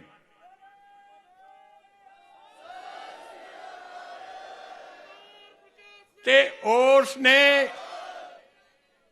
5 साल थोड़ी सेवा करनी है। ये थोड़ा निर्णय, थोड़ा फैसला बड़ा अहम हुंदा लोकां दा। जे सही तरीके नाल फैसला हो जाए, ठीक हो जाए, ओदा बड़ा वड्डा फायदा हुंदा है। जे गलत फैसला हो जाए, ओदा नुकसान हुंदा है। झूठे वादे, झूठियां गल्लां करके इत्थे पिछली बार सरकार बना ली। अमरिंदर सिंह जी ने तलवंडी साबो तख्त के सामने गुटका साहब हथ लैके क्या कि मैनू तुसी मुख्यमंत्री बना दो, मेरी पार्टी नूं सिद्धी सरकार बना दो, मैं सारे करजे भावें सोसाइटियां दे हन, भावें बैंकां दे हन, आड़तियां दे हन, सारे माफ कर दूंगा। ये भी उन्हें कहा कि जिन्ने बच्चे बेरोजगार हन, पढ़ लिख के घरां च बैठे है, सब नूं नौकरी दे देंगा। पेंशनां दुगनियां तिगनियां, शगन स्कीमां भी दुगनियां तिगनियां, और यह जे झूठे वादे किए कि अपने लोग उस गल च आगे भी शायद ये हो जाए। बच्चियां ने अपने पितावां नूं मजबूर किया भी सानू नौकरी मिल जू, ऐतकी कांग्रेस नूं वोट दे दो। उन्हां नूं कांग्रेस का पिछला पिछोकड़ या इतिहास नहीं पता सी कि धोखेबाज पार्टी है। पर होया कि अमरिंदर सिंह घरे जाके बह गया, पौने 5 साल बाहर ही नहीं निकलिया। थोड़े इस हल्के चो भी इलैक्शन लड़ा सी मेरे मुकाबले च, तुसी 24,000 वोटां ते उन्होंने हराया सी। ते भराओ हुण जदों इलैक्शन नेड़े आ गए, हुण कांग्रेस ने समझिया कि यह चेहरा अगे ले जाके नुकसान है, बदल दिता। चन्नी नूं बनाता। दसो 3 महीनों तक कोई चीफ मिनिस्टर कुछ भी नहीं कर सकता। लंबे लंबे इश्तिहार, करोड़ां रुपया का थोड़ा खजाने का खर्चा ला के अमरिंदर नालों भी वड्ड झूठ बोल रहा, झूठ कह रहा।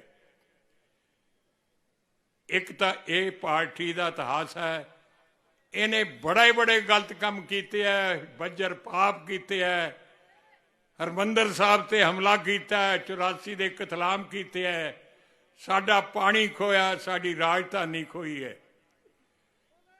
दूजा आ हुण जिहड़ा आम आदमी है केजरीवाल, ये भी थोड़ा सख्त दुश्मन है। असीं तां नेड़े होकर सारी गल जानते हैं, थोड़े तक असलीयत नहीं पहुंचती। इन्हें सुप्रीम कोर्ट में दावा किया है कि पंजाब दे थर्मल प्लांट बंद कर दो, दिल्ली धुआं आउंदा, मैनू दिल्ली के लोग परेशान होंदे है। यह भी दावा किया है कि पंजाब का पानी मैनू चाहिए दिओ। यह भी दावा उन्हें कहा है, दावा तो नहीं किया पर कहा है कि किसान जिहड़े अग लाउंदे आ फसलों नूं, ओहदा धुआं भी मैनू आउंदा है। ये भी किसानां नूं फड़ो, इन्हां ते सख्त एक्शन लो।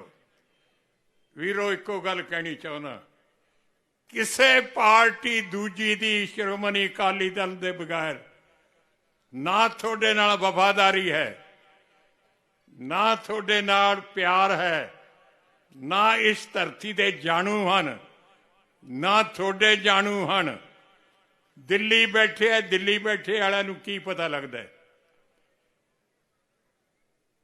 ਤੇ ਜਿਹੜਾ ਸ਼੍ਰੋਮਣੀ ਅਕਾਲੀ ਦਲ ਉਹਦੀ ਤੁਸੀਂ ਸਰਕਾਰ ਚੱਲੀ, ਮੈਨੂੰ ਫੇਸਬੁੱਕ ਸੇਵਾਦਾਰ ਬਣਾਇਆ। ਮੇਰਾ ਖਿਆਲ ਹੈ ਕਿ ਇਹਨੇ ਕੰਮ ਕੀਤੇ ਹੈ, ਇੱਕ ਤਾਂ ਸਿੱਧੇ ਕੰਮ ਕੀਤੇ ਹੈ, ਜਿਹੜਾ ਮੈਨੂੰ ਆਪ ਪਤਾ ਸੀ, ਕਿਸੇ ਨੇ ਮੈਨੂੰ ਨਹੀਂ ਕਿਹਾ। ਕਿਸਾਨ ਭਰਾ ਹੈ, ਮੁਨਾਫਾ ਬਖਸ਼ ਧੰਦਾ ਨਹੀਂ ਕਿਸਾਨੀ ਦਾ।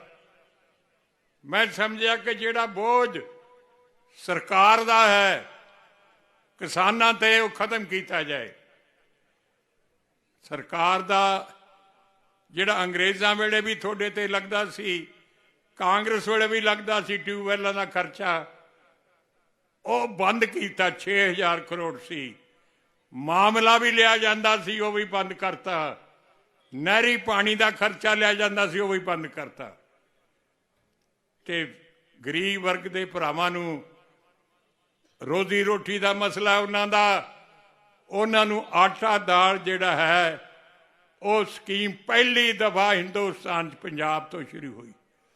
ਪੈਨਸ਼ਨਾਂ ਵੀ ਪਹਿਲੀ ਵਾਰ ਪੰਜਾਬ ਤੋਂ ਸ਼ੁਰੂ ਹੋਈਆਂ। ਸ਼ਗਨ ਸਕੀਮ ਬੱਚੀਆਂ ਨੂੰ ਉਹ ਵੀ ਪਹਿਲੀ ਵਾਰ ਪੰਜਾਬ ਸ਼ੁਰੂ ਹੋਈਆਂ। ਫਿਰ ਕਿਸੇ ਕਿਸੇ ਸੂਬੇ ਨੇ ਸਾਨੂੰ ਫਾਲੋ ਕੀਤਾ। ਇਹ ਜੇ ਵੱਡੀਆਂ ਲੜਾਈਆਂ ਦੇਖੋ, ਦੋ ਟੈਸਟ ਹੁੰਦੇ ਆ ਇੱਕ ਪਾਰਟੀ ਦੇ। ਇੱਕ ਜੇ ਪਾਰਟੀ ਦੇ ਤੌਰ ਤੇ ਉਹਨੇ ਕੀ ਰੋਲ ਅਦਾ ਕੀਤਾ, ਤੇ ਜੇ ਗੌਰਮੈਂਟ ਬਣ ਗਈ ਤਾਂ ਕੀ ਰੋਲ ਅਦਾ ਕੀਤਾ। ਜਦੋਂ ਸਰਕਾਰ ਨਹੀਂ ਬਣੀ ਸੀ, ਇਕੱਲੀ ਪਾਰਟੀ ਸੀ, ਉਦੋਂ ਬਹੁਤ ਵੱਡੇ ਜਿਹੜੇ ਦੇਸ਼ ਦੇ ਮਸਲੇ ਸਨ ਉਹਨਾਂ ਵਾਸਤੇ ਸੰਘਰਸ਼ ਕੀਤਾ। ਇੰਦਰਾ ਗਾਂਧੀ ਨੇ ਐਮਰਜੈਂਸੀ ਲਾਤੀ ਸੀ, ਕੋਈ ਬੋਲ ਨਹੀਂ ਸਕਦਾ ਸੀ, ਕੋਈ ਲਿਖ ਨਹੀਂ ਸਕਦਾ ਸੀ। ਸਾਰੀਆਂ ਅਪੋਜੀਸ਼ਨ ਪਾਰਟੀਆਂ ਦੇ ਲੀਡਰ ਜੇਲ੍ਹਾਂ ਸਿੱਟ ਦਿੱਤੇ ਸੀ। ਉਦੋਂ ਬਾਅਦ ਸ਼੍ਰੋਮਣੀ ਅਕਾਲੀ ਦਲ ਹੈ, ਉਹਨੇ ਜਦੋਂ ਐਮਰਜੈਂਸੀ ਲੱਗੀ ਉਸੇ ਦਿਨ ਤੋਂ ਅਖੀਰ ਤੱਕ 19 ਮਹੀਨੇ ਜੇਲ੍ਹਾਂ 'ਚ ਰਹਿ ਕੇ, ਐਮਰਜੈਂਸੀ ਤੋੜਨ ਤੱਕ ਜੇਲ੍ਹਾਂ 'ਚ ਰਹੇ। ਪੰਜਾਬ ਦੇ ਪਾਣੀਆਂ ਦੇ ਮਸਲੇ, ਰਾਜਧਾਨੀ ਦਾ ਮਸਲਾ, ਪੰਜਾਬੀ ਬੋਲਦੇ ਇਲਾਕਿਆਂ ਦੇ ਮਸਲੇ ਲੈ ਕੇ ਧਰਮ ਯੁੱਧ ਮੋਰਚਾ ਲਾਇਆ। ਲੱਖਾਂ ਅਕਾਲੀ ਦਲ ਦੇ ਵਾਲੰਟੀਅਰ ਜੇਲ੍ਹ 'ਚ ਗਏ। ਹਿੰਦੁਸਤਾਨ ਦੇ ਉਸ ਵਕਤ ਦੇ ਪ੍ਰਾਈਮ ਮਿਨਿਸਟਰ ਨੇ ਕਿਹਾ ਕਿ ਤੁਸੀਂ ਆਓ ਤੇ ਮੈਂ ਤੁਹਾਡੀਆਂ ਸਾਰੀਆਂ ਗੱਲਾਂ ਮੰਨ ਲਊਂਗਾ। ਬਲੈਂਕ ਚੈੱਕ ਹੈ ਮੇਰੇ ਕੋਲ, ਜੋ ਤੁਸੀਂ ਉਹ ਭਰ ਲਿਓ। ਮੈਂ ਬੜੇ ਹੱਥ ਬੰਨ੍ਹ ਕੇ ਬੇਨਤੀ ਕੀਤੀ ਸੰਤ ਹਰਚੰਦ ਸਿੰਘ ਲੋਨਾਵਾਲ ਨਾਲ ਕਿ ਸਰਕਾਰਾਂ ਝੂਠ ਬੋਲਦੀਆਂ ਹੁੰਦੀਆਂ, ਤੁਸੀਂ ਭਰੋਸਾ ਨਾ ਕਰੋ। ਜੇ ਅੱਧ ਪਚੱਧ ਕੋਈ ਚੀਜ਼ਾਂ ਮੰਨ ਲੈਣ ਫਿਰ ਤਾਂ ਤੁਸੀਂ ਉਹਨਾਂ ਕੋਲੇ ਜਾਓ, ਨਹੀਂ ਨਾ ਜਾਓ।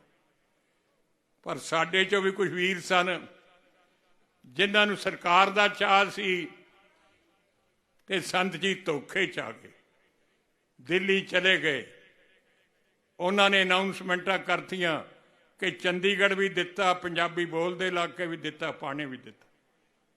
ਅਖੀਰ 'ਚ ਮੁੱਕਰ ਗਏ ਤੇ ਇਸੇ ਕਾਰਨ ਸੰਤ ਹਰਚੰਦ ਸਿੰਘ ਲੋਨਾਵਾਲ ਸਾਹਿਬ ਦੀ ਮੌਤ ਹੋਈ, ਸ਼ਹੀਦ ਹੋ ਗਏ। ਇਹ ਹਮੇਸ਼ਾ ਹੀ ਤੁਹਾਡੇ ਨਾਲ ਵਿਤਕਰਾ ਕਰਦੇ ਰਹੇ ਨੇ। ਹੁਣ ਮੈਂ ਦੱਸਾਂ, ਕੈਂਡੀਡੇਟ ਵੀ ਵੇਖਣਾ ਚਾਹੀਦਾ। ਮੈਂ ਕਦੇ ਕਿਸੇ ਕੈਂਡੀਡੇਟ ਦੀ ਜ਼ਾਤੀ ਗੱਲ ਨਹੀਂ ਕੀਤੀ। ਸਾਰੀ ਜ਼ਿੰਦਗੀ ਤੁਹਾਨੂੰ ਪਤਾ ਹੈ, ਨਿੰਦਕ ਜਿਹੜਾ ਹੈ ਉਹਨੂੰ ਬਾਣੀ 'ਚ ਵੀ ਮਾੜਾ ਕਿਹਾ, ਨਿੰਦਿਆ ਨਹੀਂ ਕਰਨੀ ਚਾਹੀਦੀ। ਪਰ ਇੱਕ ਗੱਲ ਦਾ ਮੈਨੂੰ ਦੁੱਖ ਹੈ ਕਿ ਹੁਣ ਜਿਹੜੀ ਪੰਜਾਬ ਵਿੱਚ ਜਾਂ ਦੇਸ਼ ਵਿੱਚ ਸਿਆਸਤ ਚੱਲ ਰਹੀ ਹੈ, ਇਹਦੇ ਵਿੱਚ ਦਲ ਬਦਲੀ ਦਾ ਬੜਾ ਜ਼ੋਰ ਹੈ। ਪਤਾ ਨਹੀਂ ਲੱਗਦਾ ਅੱਜ ਇੱਕ ਕੈਂਡੀਡੇਟ ਕਿਹੜੀ ਪਾਰਟੀ 'ਚ ਹੈ, ਕੱਲ੍ਹ ਨੂੰ ਕਿਹੜੀ ਪਾਰਟੀ 'ਚ ਜਾਊਗਾ। ਕੁਛ ਲਾਲਚ ਹੁੰਦੇ ਹੈ, ਕੁਛ ਇੱਕ ਤਾਂ ਕੋਈ ਟਿਕਟ ਨਹੀਂ ਮਿਲੀ। ਇਹ ਜਿਹੜਾ ਆਮ ਆਦਮੀ ਦਾ ਕੈਂਡੀਡੇਟ ਹੈ, ਇਹਦੇ ਪਿਤਾ ਜੀ ਬੜੇ ਅੱਛੇ ਇਨਸਾਨ ਸਨ। ਸ਼੍ਰੋਮਣੀ ਅਕਾਲੀ ਦਲ 'ਚ ਮੇਰੇ ਨਾਲ ਸਾਥ ਕੰਮ ਦਿੱਤਾ ਹੈ, ਪਰ ਉਹ ਚਲੇ ਗਏ। ਇਹਨਾਂ ਨੇ ਮਾਨ ਅਕਾਲੀ ਦਲ ਜੁਆਇਨ ਕਰ ਲਿਆ, ਫਿਰ ਕਾਂਗਰਸ ਵੱਲ ਚਲੇ ਗਏ। ਪਿਛਲੀ ਵਾਰ ਇਹ ਕਾਂਗਰਸ ਦੇ ਪ੍ਰਧਾਨ ਸਨ ਤੇ ਤੁਹਾਡੇ ਕੋਲੇ ਕਾਂਗਰਸ ਵਾਸਤੇ ਵੋਟਾਂ ਮੰਗਦੇ ਸਨ। ਅੱਜ ਛਾਲ ਮਾਰ ਕੇ ਆਮ ਆਦਮੀ ਚਲੇ ਗਏ। ਦੇਖੋ, ਪਾਰਟੀ ਜਿਹੜੀ ਹੈ ਉਹ ਮਾਂ ਹੈ। ਕਦੇ ਕਿਸੇ ਨੇ ਮਾਂ ਨੂੰ ਬਦਲਿਆ ਨਾ ਬਦਲ ਸਕਦਾ ਹੈ। ਇੱਕ ਪਤਨੀ ਜੇ ਆਪਣਾ ਮਾਲਕ, ਆਪਣਾ ਹਸਬੈਂਡ 2-3 ਵਾਰੀ ਬਦਲਦੇ ਤਾਂ ਕੀ ਤੁਸੀਂ ਉਹਨੂੰ ਚੰਗਾ ਸਮਝੋਗੇ? ਇਹ ਦਲ ਬਦਲੀ ਵਾਲੇ ਜਿਹੜੇ ਹੈ ਭਰਾਓ, ਇਹਨਾਂ ਨੂੰ ਤੁਸੀਂ ਡਿਸਕਰੇਜ ਕਰੋ। ਮੈਂ ਤਾਂ ਕਾਨੂੰਨ ਬਣਾਉਣਾ ਆਦਾ ਵੀ ਬਣਾ ਲਓ ਦਿੱਲੀ 'ਚ ਕਿ ਕੋਈ ਦਲ ਬਦਲੀ ਨਾ ਕਰੇ। ਇਹ ਸਭ ਤੋਂ ਮਾੜੀ ਧੋਖਾ ਹੈ ਪਬਲਿਕ ਨਾਲ। ਇਹ ਤੋਂ ਬਚੋ। ਇਸ ਲਈ ਭਰਾਓ, ਮੈਂ ਤੁਹਾਡੇ ਪਿਛਲੇ 50-60 ਸਾਲਾਂ ਤੋਂ ਮੇਰਾ ਤੁਹਾਡੇ ਨਾਲ ਵਾਸਤਾ ਹੈ। ਨਵਜੋਤ ਸਿੱਧੂ ਨੂੰ ਝਟਕਾ। ਐਮਸੀ ਜਤਿੰਦਰ ਕੌਰ ਅਕਾਲੀ ਦਲ 'ਚ ਹੋਏ ਸ਼ਾਮਿਲ। ਪ੍ਰਦੇਸ਼ ਕਾਂਗਰਸ ਪ੍ਰਧਾਨ ਨਵਜੋਤ ਸਿੱਧੂ ਨੂੰ ਆਪਣੇ ਹਲਕੇ ਵਿੱਚ ਉਸ ਸਮੇਂ ਵੱਡਾ ਝਟਕਾ ਲੱਗਾ ਜਦੋਂ ਵਾਰਡ ਨੰਬਰ 47 ਤੋਂ ਜਤਿੰਦਰ ਕੌਰ ਸੋਨੀਆ ਐਮਸੀ ਸੀਨੀਅਰ ਅਕਾਲੀ ਆਗੂ ਬਿਕਰਮ ਮਜੀਠੀਆ ਦੀ ਮੌਜੂਦਗੀ ਵਿੱਚ ਕਾਂਗਰਸ ਛੱਡ ਕੇ ਅਕਾਲੀ ਦਲ ਵਿੱਚ ਸ਼ਾਮਿਲ ਹੋ ਗਏ। ਇਸ ਮੌਕੇ ਅਕਾਲੀ ਦਲ ਦੇ ਜਨਰਲ ਸਕੱਤਰ ਰਾਜਨ ਗਿੱਲ ਵੀ ਹਾਜ਼ਰ ਸਨ। ਸਰ ਸਾਹਿਬ ਦੇ ਪੂਰਬੀ ਹਲਕੇ 'ਚ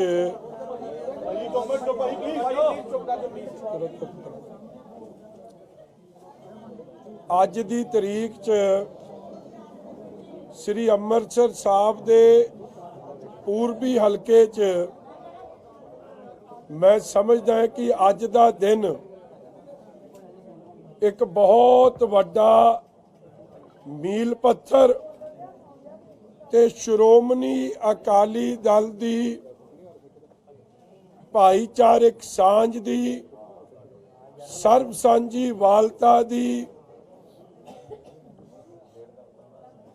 ਨਫ਼ਰਤ ਦੀ ਪੋਲਿਟਿਕਸ ਨੂੰ ਕੱਟ ਕੇ ਅਹੰਕਾਰ ਤੇ ਕਮਾਂਡ ਨੂੰ ਖਤਮ ਕਰਕੇ ਅੱਜ ਦੀ ਜੁਆਇਨਿੰਗ ਇੱਕ ਬਹੁਤ ਵੱਡਾ ਸੁਨੇਹਾ ਦੇ ਕੇ ਜਾਊਗੀ।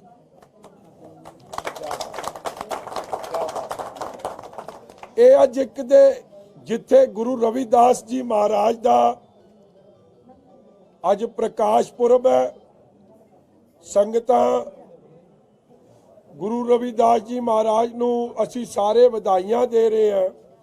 ਉੱਥੇ ਹੀ ਮੈਂ ਸਮਝਦਾ ਹੱਕ ਸੱਚ ਦੀ ਲੜਾਈ 'ਚ ਸਾਡੀ ਭੈਣ ਗੁਰੂ ਰਾਮਦਾਸ ਮਹਾਰਾਜ ਦੀ ਇਸ ਪਵਿੱਤਰ ਧਰਤੀ ਦੀ ਵੱਡੀ ਸੇਵਾਦਾਰ ਬੀਬੀ ਜਤਿੰਦਰ ਕੌਰ ਸੋਨੀਆ ਜੀ ਦਾ ਔਰ ਉਹਨਾਂ ਦੀ ਸਮੁੱਚੀ ਟੀਮ ਦਾ ਅੱਜ ਸ਼੍ਰੋਮਣੀ ਅਕਾਲੀ ਦਲ ਵਿੱਚ ਸ਼ਾਮਲ ਹੋਣਾ ਇੱਕ ਬਹੁਤ ਵੱਡਾ ਹਲਾਰਾ ਤੇ ਇੱਕ ਬਹੁਤ ਵੱਡਾ ਬਲ ਸਾਨੂੰ ਸਾਰਿਆਂ ਨੂੰ ਮਿਲੂਗਾ।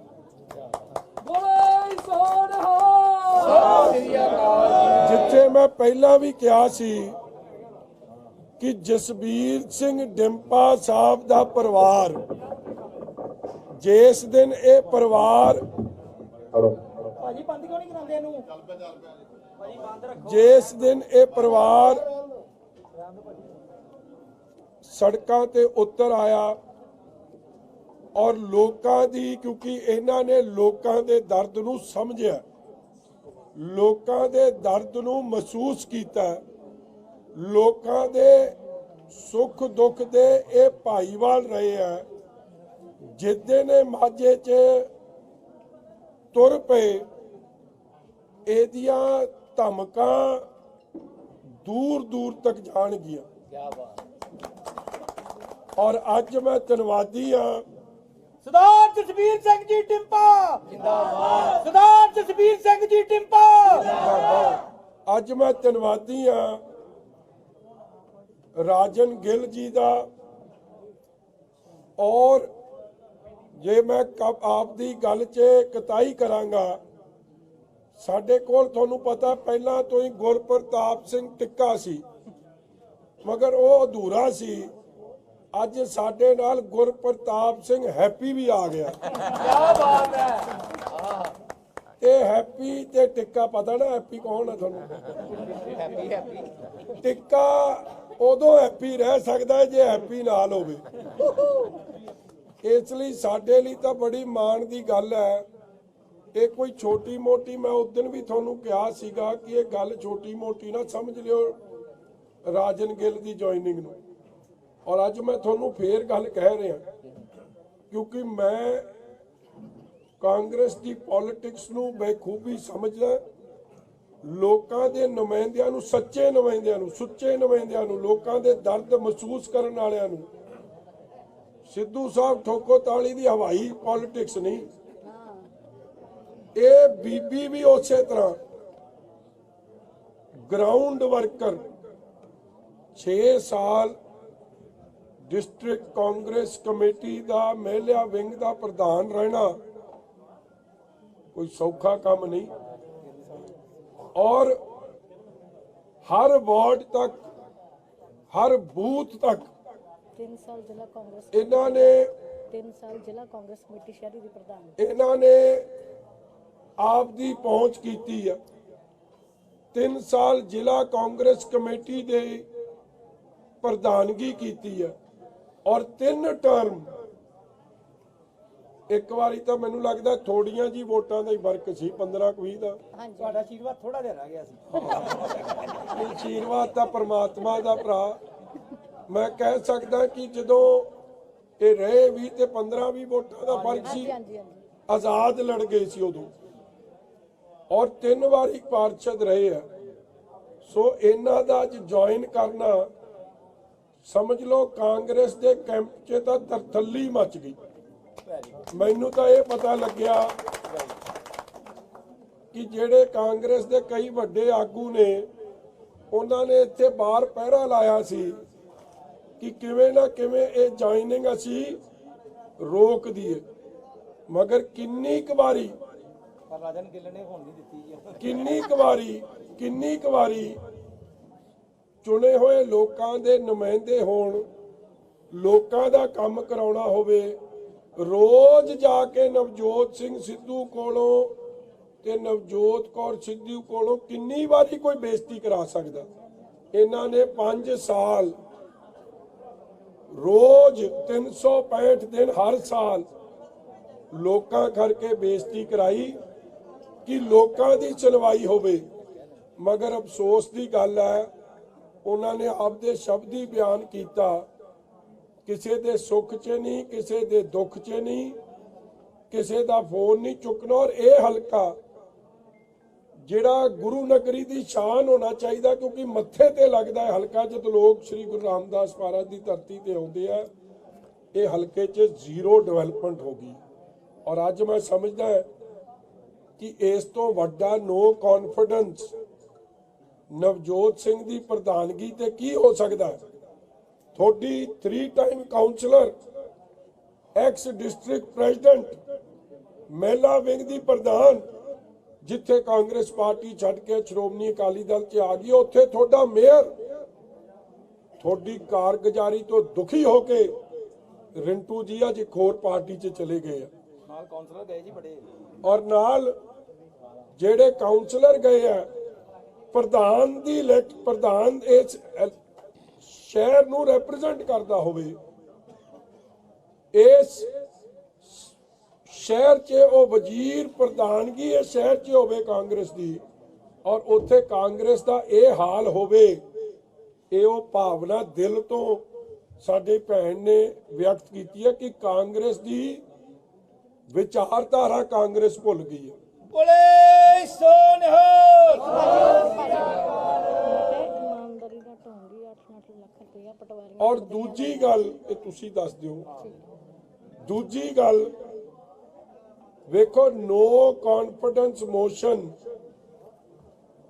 ਹੋਰ ਕੀ ਹੋ ਸਕਦਾ ਕਿ ਬੀਬੀ ਜੀ ਦੀ ਜੁਆਇਨਿੰਗ ਤੋਂ ਪਹਿਲਾਂ 3 ਕਾਉਂਸਲਰ ਵੱਡੀ ਬਹੁਮਤ ਨਾਲ ਜਿੱਤਣ ਵਾਲੇ ਅੰਮ੍ਰਿਤਸਰ ਈਸਟ ਤੋਂ ਜਿੱਥੇ ਪੰਜਾਬ ਦਾ ਕਾਂਗਰਸ ਦਾ ਪ੍ਰਧਾਨ ਜੇ ਇਸ ਹਲਕੇ ਨੂੰ ਰਿਪਰੈਜ਼ੈਂਟ ਕਰਦਾ ਹੋਵੇ ਨਵਜੋਤ ਸਿੰਘ ਸਿੱਧੂ, ਉਸ ਹਲਕੇ ਚੋਂ ਲਾਡੋ ਭਲਵਾਨ, ਮਦਾਨ ਸਾਹਿਬ ਔਰ ਸਾਡੇ ਸੈਣੀ ਸਾਹਿਬ 4 ਸਿਟਿੰਗ ਕਾਉਂਸਲਰ ਔਰ ਚੌਥੇ ਇਹ ਅਣਗਿਣਤੀ ਐਕਸ ਕਾਉਂਸਲਰ ਅਹੁਦੇਦਾਰ ਸਾਹਿਬਾਨ ਪੀੜੀ ਦਰ ਪੀੜੀ ਕਾਂਗਰਸੀ ਅੱਜ ਇਸ ਸੋਚ ਕਰਕੇ, ਸਿੱਧੂ ਦੀ ਸੋਚ ਕਰਕੇ, ਅਹੰਕਾਰ, ਘਮੰਡ, ਨਫ਼ਰਤ ਦੀ ਪੋਲਿਟਿਕਸ ਨੂੰ ਅਲਵਿਦਾ ਕਹਿ ਕੇ ਅੱਜ ਪਿਆਰ, ਸਤਿਕਾਰ, ਮਾਣ, ਇਲਾਕੇ ਦੀ ਤਰੱਕੀ, ਵਿਕਾਸ, ਖੁਸ਼ਹਾਲੀ, ਲਾਅ ਐਂਡ ਆਰਡਰ, ਸਭ ਸਾਂਝੀ ਵਾਲਤਾ, ਭਾਈਚਾਰਕ ਸਾਂਝ ਦੀ ਮਜ਼ਬੂਤੀ ਦਿੰਦਿਆਂ ਅੱਜ ਸ਼੍ਰੋਮਣੀ ਅਕਾਲੀ ਦਲ ਵਿੱਚ ਸ਼ਾਮਿਲ ਹੋਏ। ਮੈਂ ਅਖੀਰਲੀ ਗੱਲ ਕਹਿ ਕੇ ਫਿਰ ਬੀਬੀ ਜੀ ਨੇ ਇੱਕ ਗੱਲ ਤੁਹਾਡੇ ਨਾਲ ਕਰਨੀ ਹੈ। ਵੇਖੋ, ਹਰ ਇਲੈਕਸ਼ਨ ਪੀਪੀਸੀਸੀ ਪ੍ਰਧਾਨ ਜਿਹੜਾ ਬਣਦਾ ਹੈ ਉਹ ਮੁੱਖ ਮੰਤਰੀ ਦਾ ਚਿਹਰਾ ਹੁੰਦਾ। ਕੈਪਟਨ ਅਮਰਿੰਦਰ ਸਿੰਘ ਵੀ ਸੀ, ਉਸ ਤੋਂ ਪਹਿਲਾਂ ਵੀ ਤੁਸੀਂ ਵੇਖ ਲਓ, ਆਈ ਵਾਰੀ ਪੀਪੀਸੀਸੀ ਦਾ ਪ੍ਰਧਾਨ ਹੀ ਸੀਐਮ ਚਿਹਰਾ ਬਣਦਾ, ਮਗਰ ਕਾਂਗਰਸ ਪਾਰਟੀ ਨੇ ਆਪ ਸਭ ਤੋਂ ਵੱਡਾ no confidence motion Navjot Singh Sidhu ਤੇ ਲਿਆ ਕੇ ਇਹ ਗੱਲ ਸਪਸ਼ਟ ਕਰਤੀ ਕਿ ਉਹ ਇੱਕ ਇਨਕੈਪੇਬਲ ਲੀਡਰ ਨੇ, ਉਹ ਲੋਕਾਂ ਨੂੰ ਨਾਲ ਲੈ ਕੇ ਨਹੀਂ ਚੱਲ ਸਕਦੇ, ਉਹ ਬੜੀ ਛੋਟੀ ਸੋਚ ਦੇ ਔਰ ਨਫ਼ਰਤ ਦੀ ਭਾਵਨਾ ਦੀ ਪੋਲਿਟਿਕਸ ਕਰਦੇ, ਜਿਹਨੂੰ ਲੋਕ ਇਸ ਪਵਿੱਤਰ ਧਰਤੀ ਦੇ ਲੋਕ ਨਕਾਰਦੇ ਆ, ਰਿਜੈਕਟ ਕਰਦੇ। ਸੋ ਮੈਂ ਜੇ ਭੈਣ ਜੀ ਨੇ ਕੋਈ ਗੱਲ ਕਹਿਣੀ ਹੈ। ਭਗਵੰਤ ਮਾਨ ਨੂੰ ਪਟਿਆਲਾ ਦੇ ਵਿੱਚ ਪ੍ਰਸ਼ਾਸਨ ਨੇ ਪ੍ਰਚਾਰ ਕਰਨ ਤੋਂ ਰੋਕਿਆ। ਆਮ ਆਦਮੀ ਪਾਰਟੀ ਦਾ ਮੁੱਖ ਮੰਤਰੀ ਚਿਹਰਾ ਐਲਾਨੇ ਗਏ ਭਗਵੰਤ ਮਾਨ ਨੂੰ ਪਟਿਆਲਾ ਸ਼ਹਿਰੀ ਇਲਾਕੇ 'ਚ ਪ੍ਰਚਾਰ ਕਰਨ ਤੋਂ ਰੋਕਿਆ ਗਿਆ। ਇਸ ਮੌਕੇ ਭਗਵੰਤ ਮਾਨ ਨੇ ਕਿਹਾ ਹੈ ਕਿ ਜਦੋਂ ਉਹ ਚੋਣ ਪ੍ਰਚਾਰ ਲਈ ਪਟਿਆਲਾ ਦਾਖਲ ਹੋਣ ਲੱਗੇ ਤਾਂ ਪ੍ਰਸ਼ਾਸਨ ਨੇ ਉਹਨਾਂ ਨੂੰ ਇਹ ਕਹਿ ਕੇ ਰੋਕ ਦਿੱਤਾ ਕਿ ਧਾਰਾ 144 ਲਾਗੂ ਹੈ ਅਤੇ 5 ਲੋਕਾਂ ਤੋਂ ਜ਼ਿਆਦਾ ਇਕੱਠ ਨੂੰ ਇਜਾਜ਼ਤ ਨਹੀਂ ਦਿੱਤੀ ਜਾ ਸਕਦੀ। ਉਹਨਾਂ ਨੂੰ ਕਰੀਬ ਅੱਧਾ ਘੰਟਾ ਰੋਕਿਆ ਗਿਆ। ਭਗਵੰਤ ਮਾਨ ਨੇ ਸਾਬਕਾ ਮੁੱਖ ਮੰਤਰੀ ਕੈਪਟਨ ਅਮਰਿੰਦਰ ਸਿੰਘ ਤੇ ਤਿੱਖਾ ਹਮਲਾ ਕਰਦੇ ਹੋਏ ਕਿਹਾ ਕਿ ਕੈਪਟਨ ਦੇ 4.5 ਸਾਲਾ ਸਿਸਵਾ ਮਹਿਲ ਦੇ ਦਰਵਾਜ਼ੇ ਲੋਕਾਂ ਲਈ ਬੰਦ ਰੱਖੇ, ਪਰ ਹੁਣ 20 ਫਰਵਰੀ ਨੂੰ ਲੋਕ ਇਹਨਾਂ ਦੇ ਮਹਿਲ ਦੇ ਦਰਵਾਜ਼ੇ ਬਾਹਰੋਂ ਬੰਦ ਕਰਨਗੇ। ਭਗਵੰਤ ਮਾਨ ਨੇ ਕਿਹਾ ਕਿ ਕੈਪਟਨ ਨੇ ਕਿਹਾ ਸੀ ਕਿ ਭਗਵੰਤ ਮਾਨ ਟੀਵੀ ਤੇ ਮਨੋਰੰਜਨ ਕਰਦਾ ਹੈ ਅਤੇ ਸਰਕਾਰ ਚਲਾਉਣ ਲਈ ਗੰਭੀਰ ਨਹੀਂ ਹੈ। ਉਹਨਾਂ ਨੇ ਕਿਹਾ ਕਿ ਉਹ ਕੈਪਟਨ ਨੂੰ ਪੁੱਛਣਾ ਚਾਹੁੰਦੇ ਹਨ ਕਿ ਜਦੋਂ ਕੈਪਟਨ ਉਹਨਾਂ ਨਾਲ ਸੰਸਦ ਮੈਂਬਰ ਹੁੰਦੇ ਸੀ ਤਾਂ ਉਹਨਾਂ ਦੀ ਹਾਜ਼ਰੀ ਲੋਕ ਸਭਾ 'ਚ ਸਭ ਤੋਂ ਮਾੜੀ 6% ਸੀ, ਜਦੋਂ ਕਿ ਮੇਰੀ 94% ਸੀ। ਤੁਸੀਂ ਸੜਕ ਤੋਂ ਰੁਕੇ ਹੋਏ ਹੋ ਯੂਨੀਵਰਸਿਟੀ ਦੇ ਕੋਲ, ਕਾਰਨ ਸਾਨੂੰ ਇਹ ਪਤਾ ਲੱਗਿਆ ਕਿ ਇੱਕ ਧਾਰਾ 144 ਇੱਥੇ ਲਾਗੂ ਹੋਈ ਸ਼ਹਿਰ 'ਚ ਤੇ 5 ਤੋਂ ਵੱਧ ਬੰਦੇ ਇਕੱਠੇ ਹੋਏ ਸਨ। ਕਿਉਂ ਕਰਾਈ ਗਈ ਹੈ, ਕੀ ਪਤਾ ਨਹੀਂ, ਹੁਣ ਇਹ ਤਾਂ ਕੈਪਟਨ ਸਾਹਿਬ ਨੂੰ ਪਤਾ ਹੋਊਗਾ। ਕੋਈ ਨਹੀਂ ਇਹਦੇ ਪਿੱਛੇ ਲੱਗਦਾ ਤੁਹਾਨੂੰ ਕੋਈ ਸਾਜ਼ਿਸ਼ ਹੈ? ਨਹੀਂ, ਅਸੀਂ ਇਲੈਕਸ਼ਨ ਕਮਿਸ਼ਨ ਤੋਂ ਕਲੀਅਰ ਕਲੀਅਰੈਂਸ ਲੈ ਰਹੇ ਹਾਂ ਕਿ ਕੱਲ ਸ਼ਾਮ ਤੋਂ ਬਾਅਦ ਧਾਰਾ 144 5 ਵਜੇ ਪ੍ਰਚਾਰ ਬੰਦ ਲੱਗ ਸਕਦੀ ਪਰ ਪਟਿਆਲਾ ਸ਼ਹਿਰ 'ਚ ਕਿਉਂ ਫਿਰ ਸ਼ਾਇਦ ਕੈਪਟਨ ਸਾਹਿਬ ਬੀਜੇਪੀ ਨਾਲ ਉਹਨਾਂ ਦੇ ਹੈਗੇ ਤੇ ਸ਼ਾਇਦ ਉਹ ਡਰੇ ਹੋਣਗੇ ਕਿ ਅੱਜ ਜੇ ਪਟਿਆਲੇ 'ਚ ਰੈਲੀ ਹੋ ਜਾਂਦੀ ਹੈ ਤਾਂ ਕੈਪਟਨ ਸਾਹਿਬ ਤਾਂ ਵੈਸੇ ਵੀ ਆ ਰਹੇ ਨੇ, ਥੋੜੇ ਜਿਹਾ ਹੋਰ ਦਿਮਾਗ 'ਚ ਜਿਵੇਂ ਤੁਸੀਂ ਪਹਿਲਾਂ ਵੀ ਕਹਿੰਦੇ ਰਹੇ ਹੋ ਕੇਂਦਰ ਦੀ ਏਜੰਸੀਆਂ ਨੂੰ ਹਮੇਸ਼ਾ ਭਾਜਪਾ ਇਸਤੇਮਾਲ ਕਰਦੀ ਹੈ, ਲੱਗਦਾ ਇਸ ਵਾਰ ਵੀ ਉਹੀ ਹੋ ਰਿਹਾ? ਨਹੀਂ, ਹੋਰ ਕਿਤੇ ਨਹੀਂ ਹੈ ਕਿ ਮੈਂ ਘਨੌਰ ਕਰਕੇ ਆਇਆ, ਸਨੌਰ ਜਾਊਂਗਾ, ਬਿਲਕੁਲ, ਫਿਰ ਸਮਾਣੇ ਜਾਣਾ, ਫਿਰ ਮੈਂ ਸ਼ਤਰਾਣੇ ਜਾਣਾ, ਦਿੜਬੇ ਜਾਣਾ, ਬੁਲਾਡੇ ਜਾਣਾ, ਮਾਨਸਾ, ਸਰਦੂਲਗੜ੍ਹ, ਸੁਨਾਮ, ਇਕੱਲੇ ਪਟਿਆਲਾ ਸ਼ਹਿਰ 'ਚ। ਕਮਾਨ ਸਾਹਿਬ ਤੁਹਾਡਾ ਖੌਫ ਹੈ? ਇਹਦਾ ਮਤਲਬ ਕੈਪਟਨ ਸਾਹਿਬ ਡਰ ਗਏ? ਪਤਾ ਨਹੀਂ ਜੀ, ਮੈਨੂੰ ਕਿਉਂ ਨਹੀਂ ਵੜਨ ਦਿੰਦੇ? ਤੁਹਾਡਾ ਖੌਫ ਹੈ ਮਤਲਬ? ਤੇ ਕੱਲ ਤਾਂ ਉਹ ਕਹਿੰਦੇ ਸੀਗੇ ਕਿ ਭਗਵੰਤ ਮਾਨ ਜਿਹੜਾ ਗੰਭੀਰ ਨਹੀਂ ਹੈਗਾ, ਸਰਕਾਰ ਚਲਾਉਣੀ ਗੰਭੀਰ ਬੰਦਿਆਂ ਦਾ ਕੰਮ ਹੁੰਦਾ ਹੈ, ਭਗਵੰਤ ਮਾਨ ਆਰਟਿਸਟ ਹੈ। ਤੇ ਮੈਂ ਉਹਨਾਂ ਨੂੰ ਪੁੱਛਣਾ ਚਾਹੁੰਦਾ, ਜਦੋਂ 2.5 ਸਾਲ ਮੇਰੇ ਨਾਲ ਐਮਪੀ ਰਹੇ ਸੀ ਤੇ ਪਾਰਲੀਮੈਂਟ 'ਚ, ਉਹਨਾਂ ਦੀ ਹਾਜ਼ਰੀ ਕਿੰਨੀ ਸੀ 6%, ਫਰਸਟ ਇਨ ਦ ਕੰਟਰੀ। ਸਾਰੇ ਦੇਸ਼ ਸਭ ਤੋਂ ਮਾੜੀ ਹਾਜ਼ਰੀ, ਮੇਰੀ 95%, ਤੇ 6% ਵਾਲਾ ਗੰਭੀਰ ਹੁੰਦਾ ਹੈ ਜਾਂ 95 ਵਾਲਾ ਗੰਭੀਰ ਹੁੰਦਾ ਹੈ। ਹੁਣ ਵੀ ਮੈਨੂੰ ਸ਼ਾਇਦ ਉਤਾਰ ਹੋ ਗਿਆ, ਜਿਵੇਂ ਕਿ ਨਹੀਂ ਹੈਗਾ, ਫਿਰ ਉਹਨਾਂ ਨੂੰ ਸਾਰਾ ਖਤਰਾ ਹੋਣਾ ਚਾਹੀਦਾ।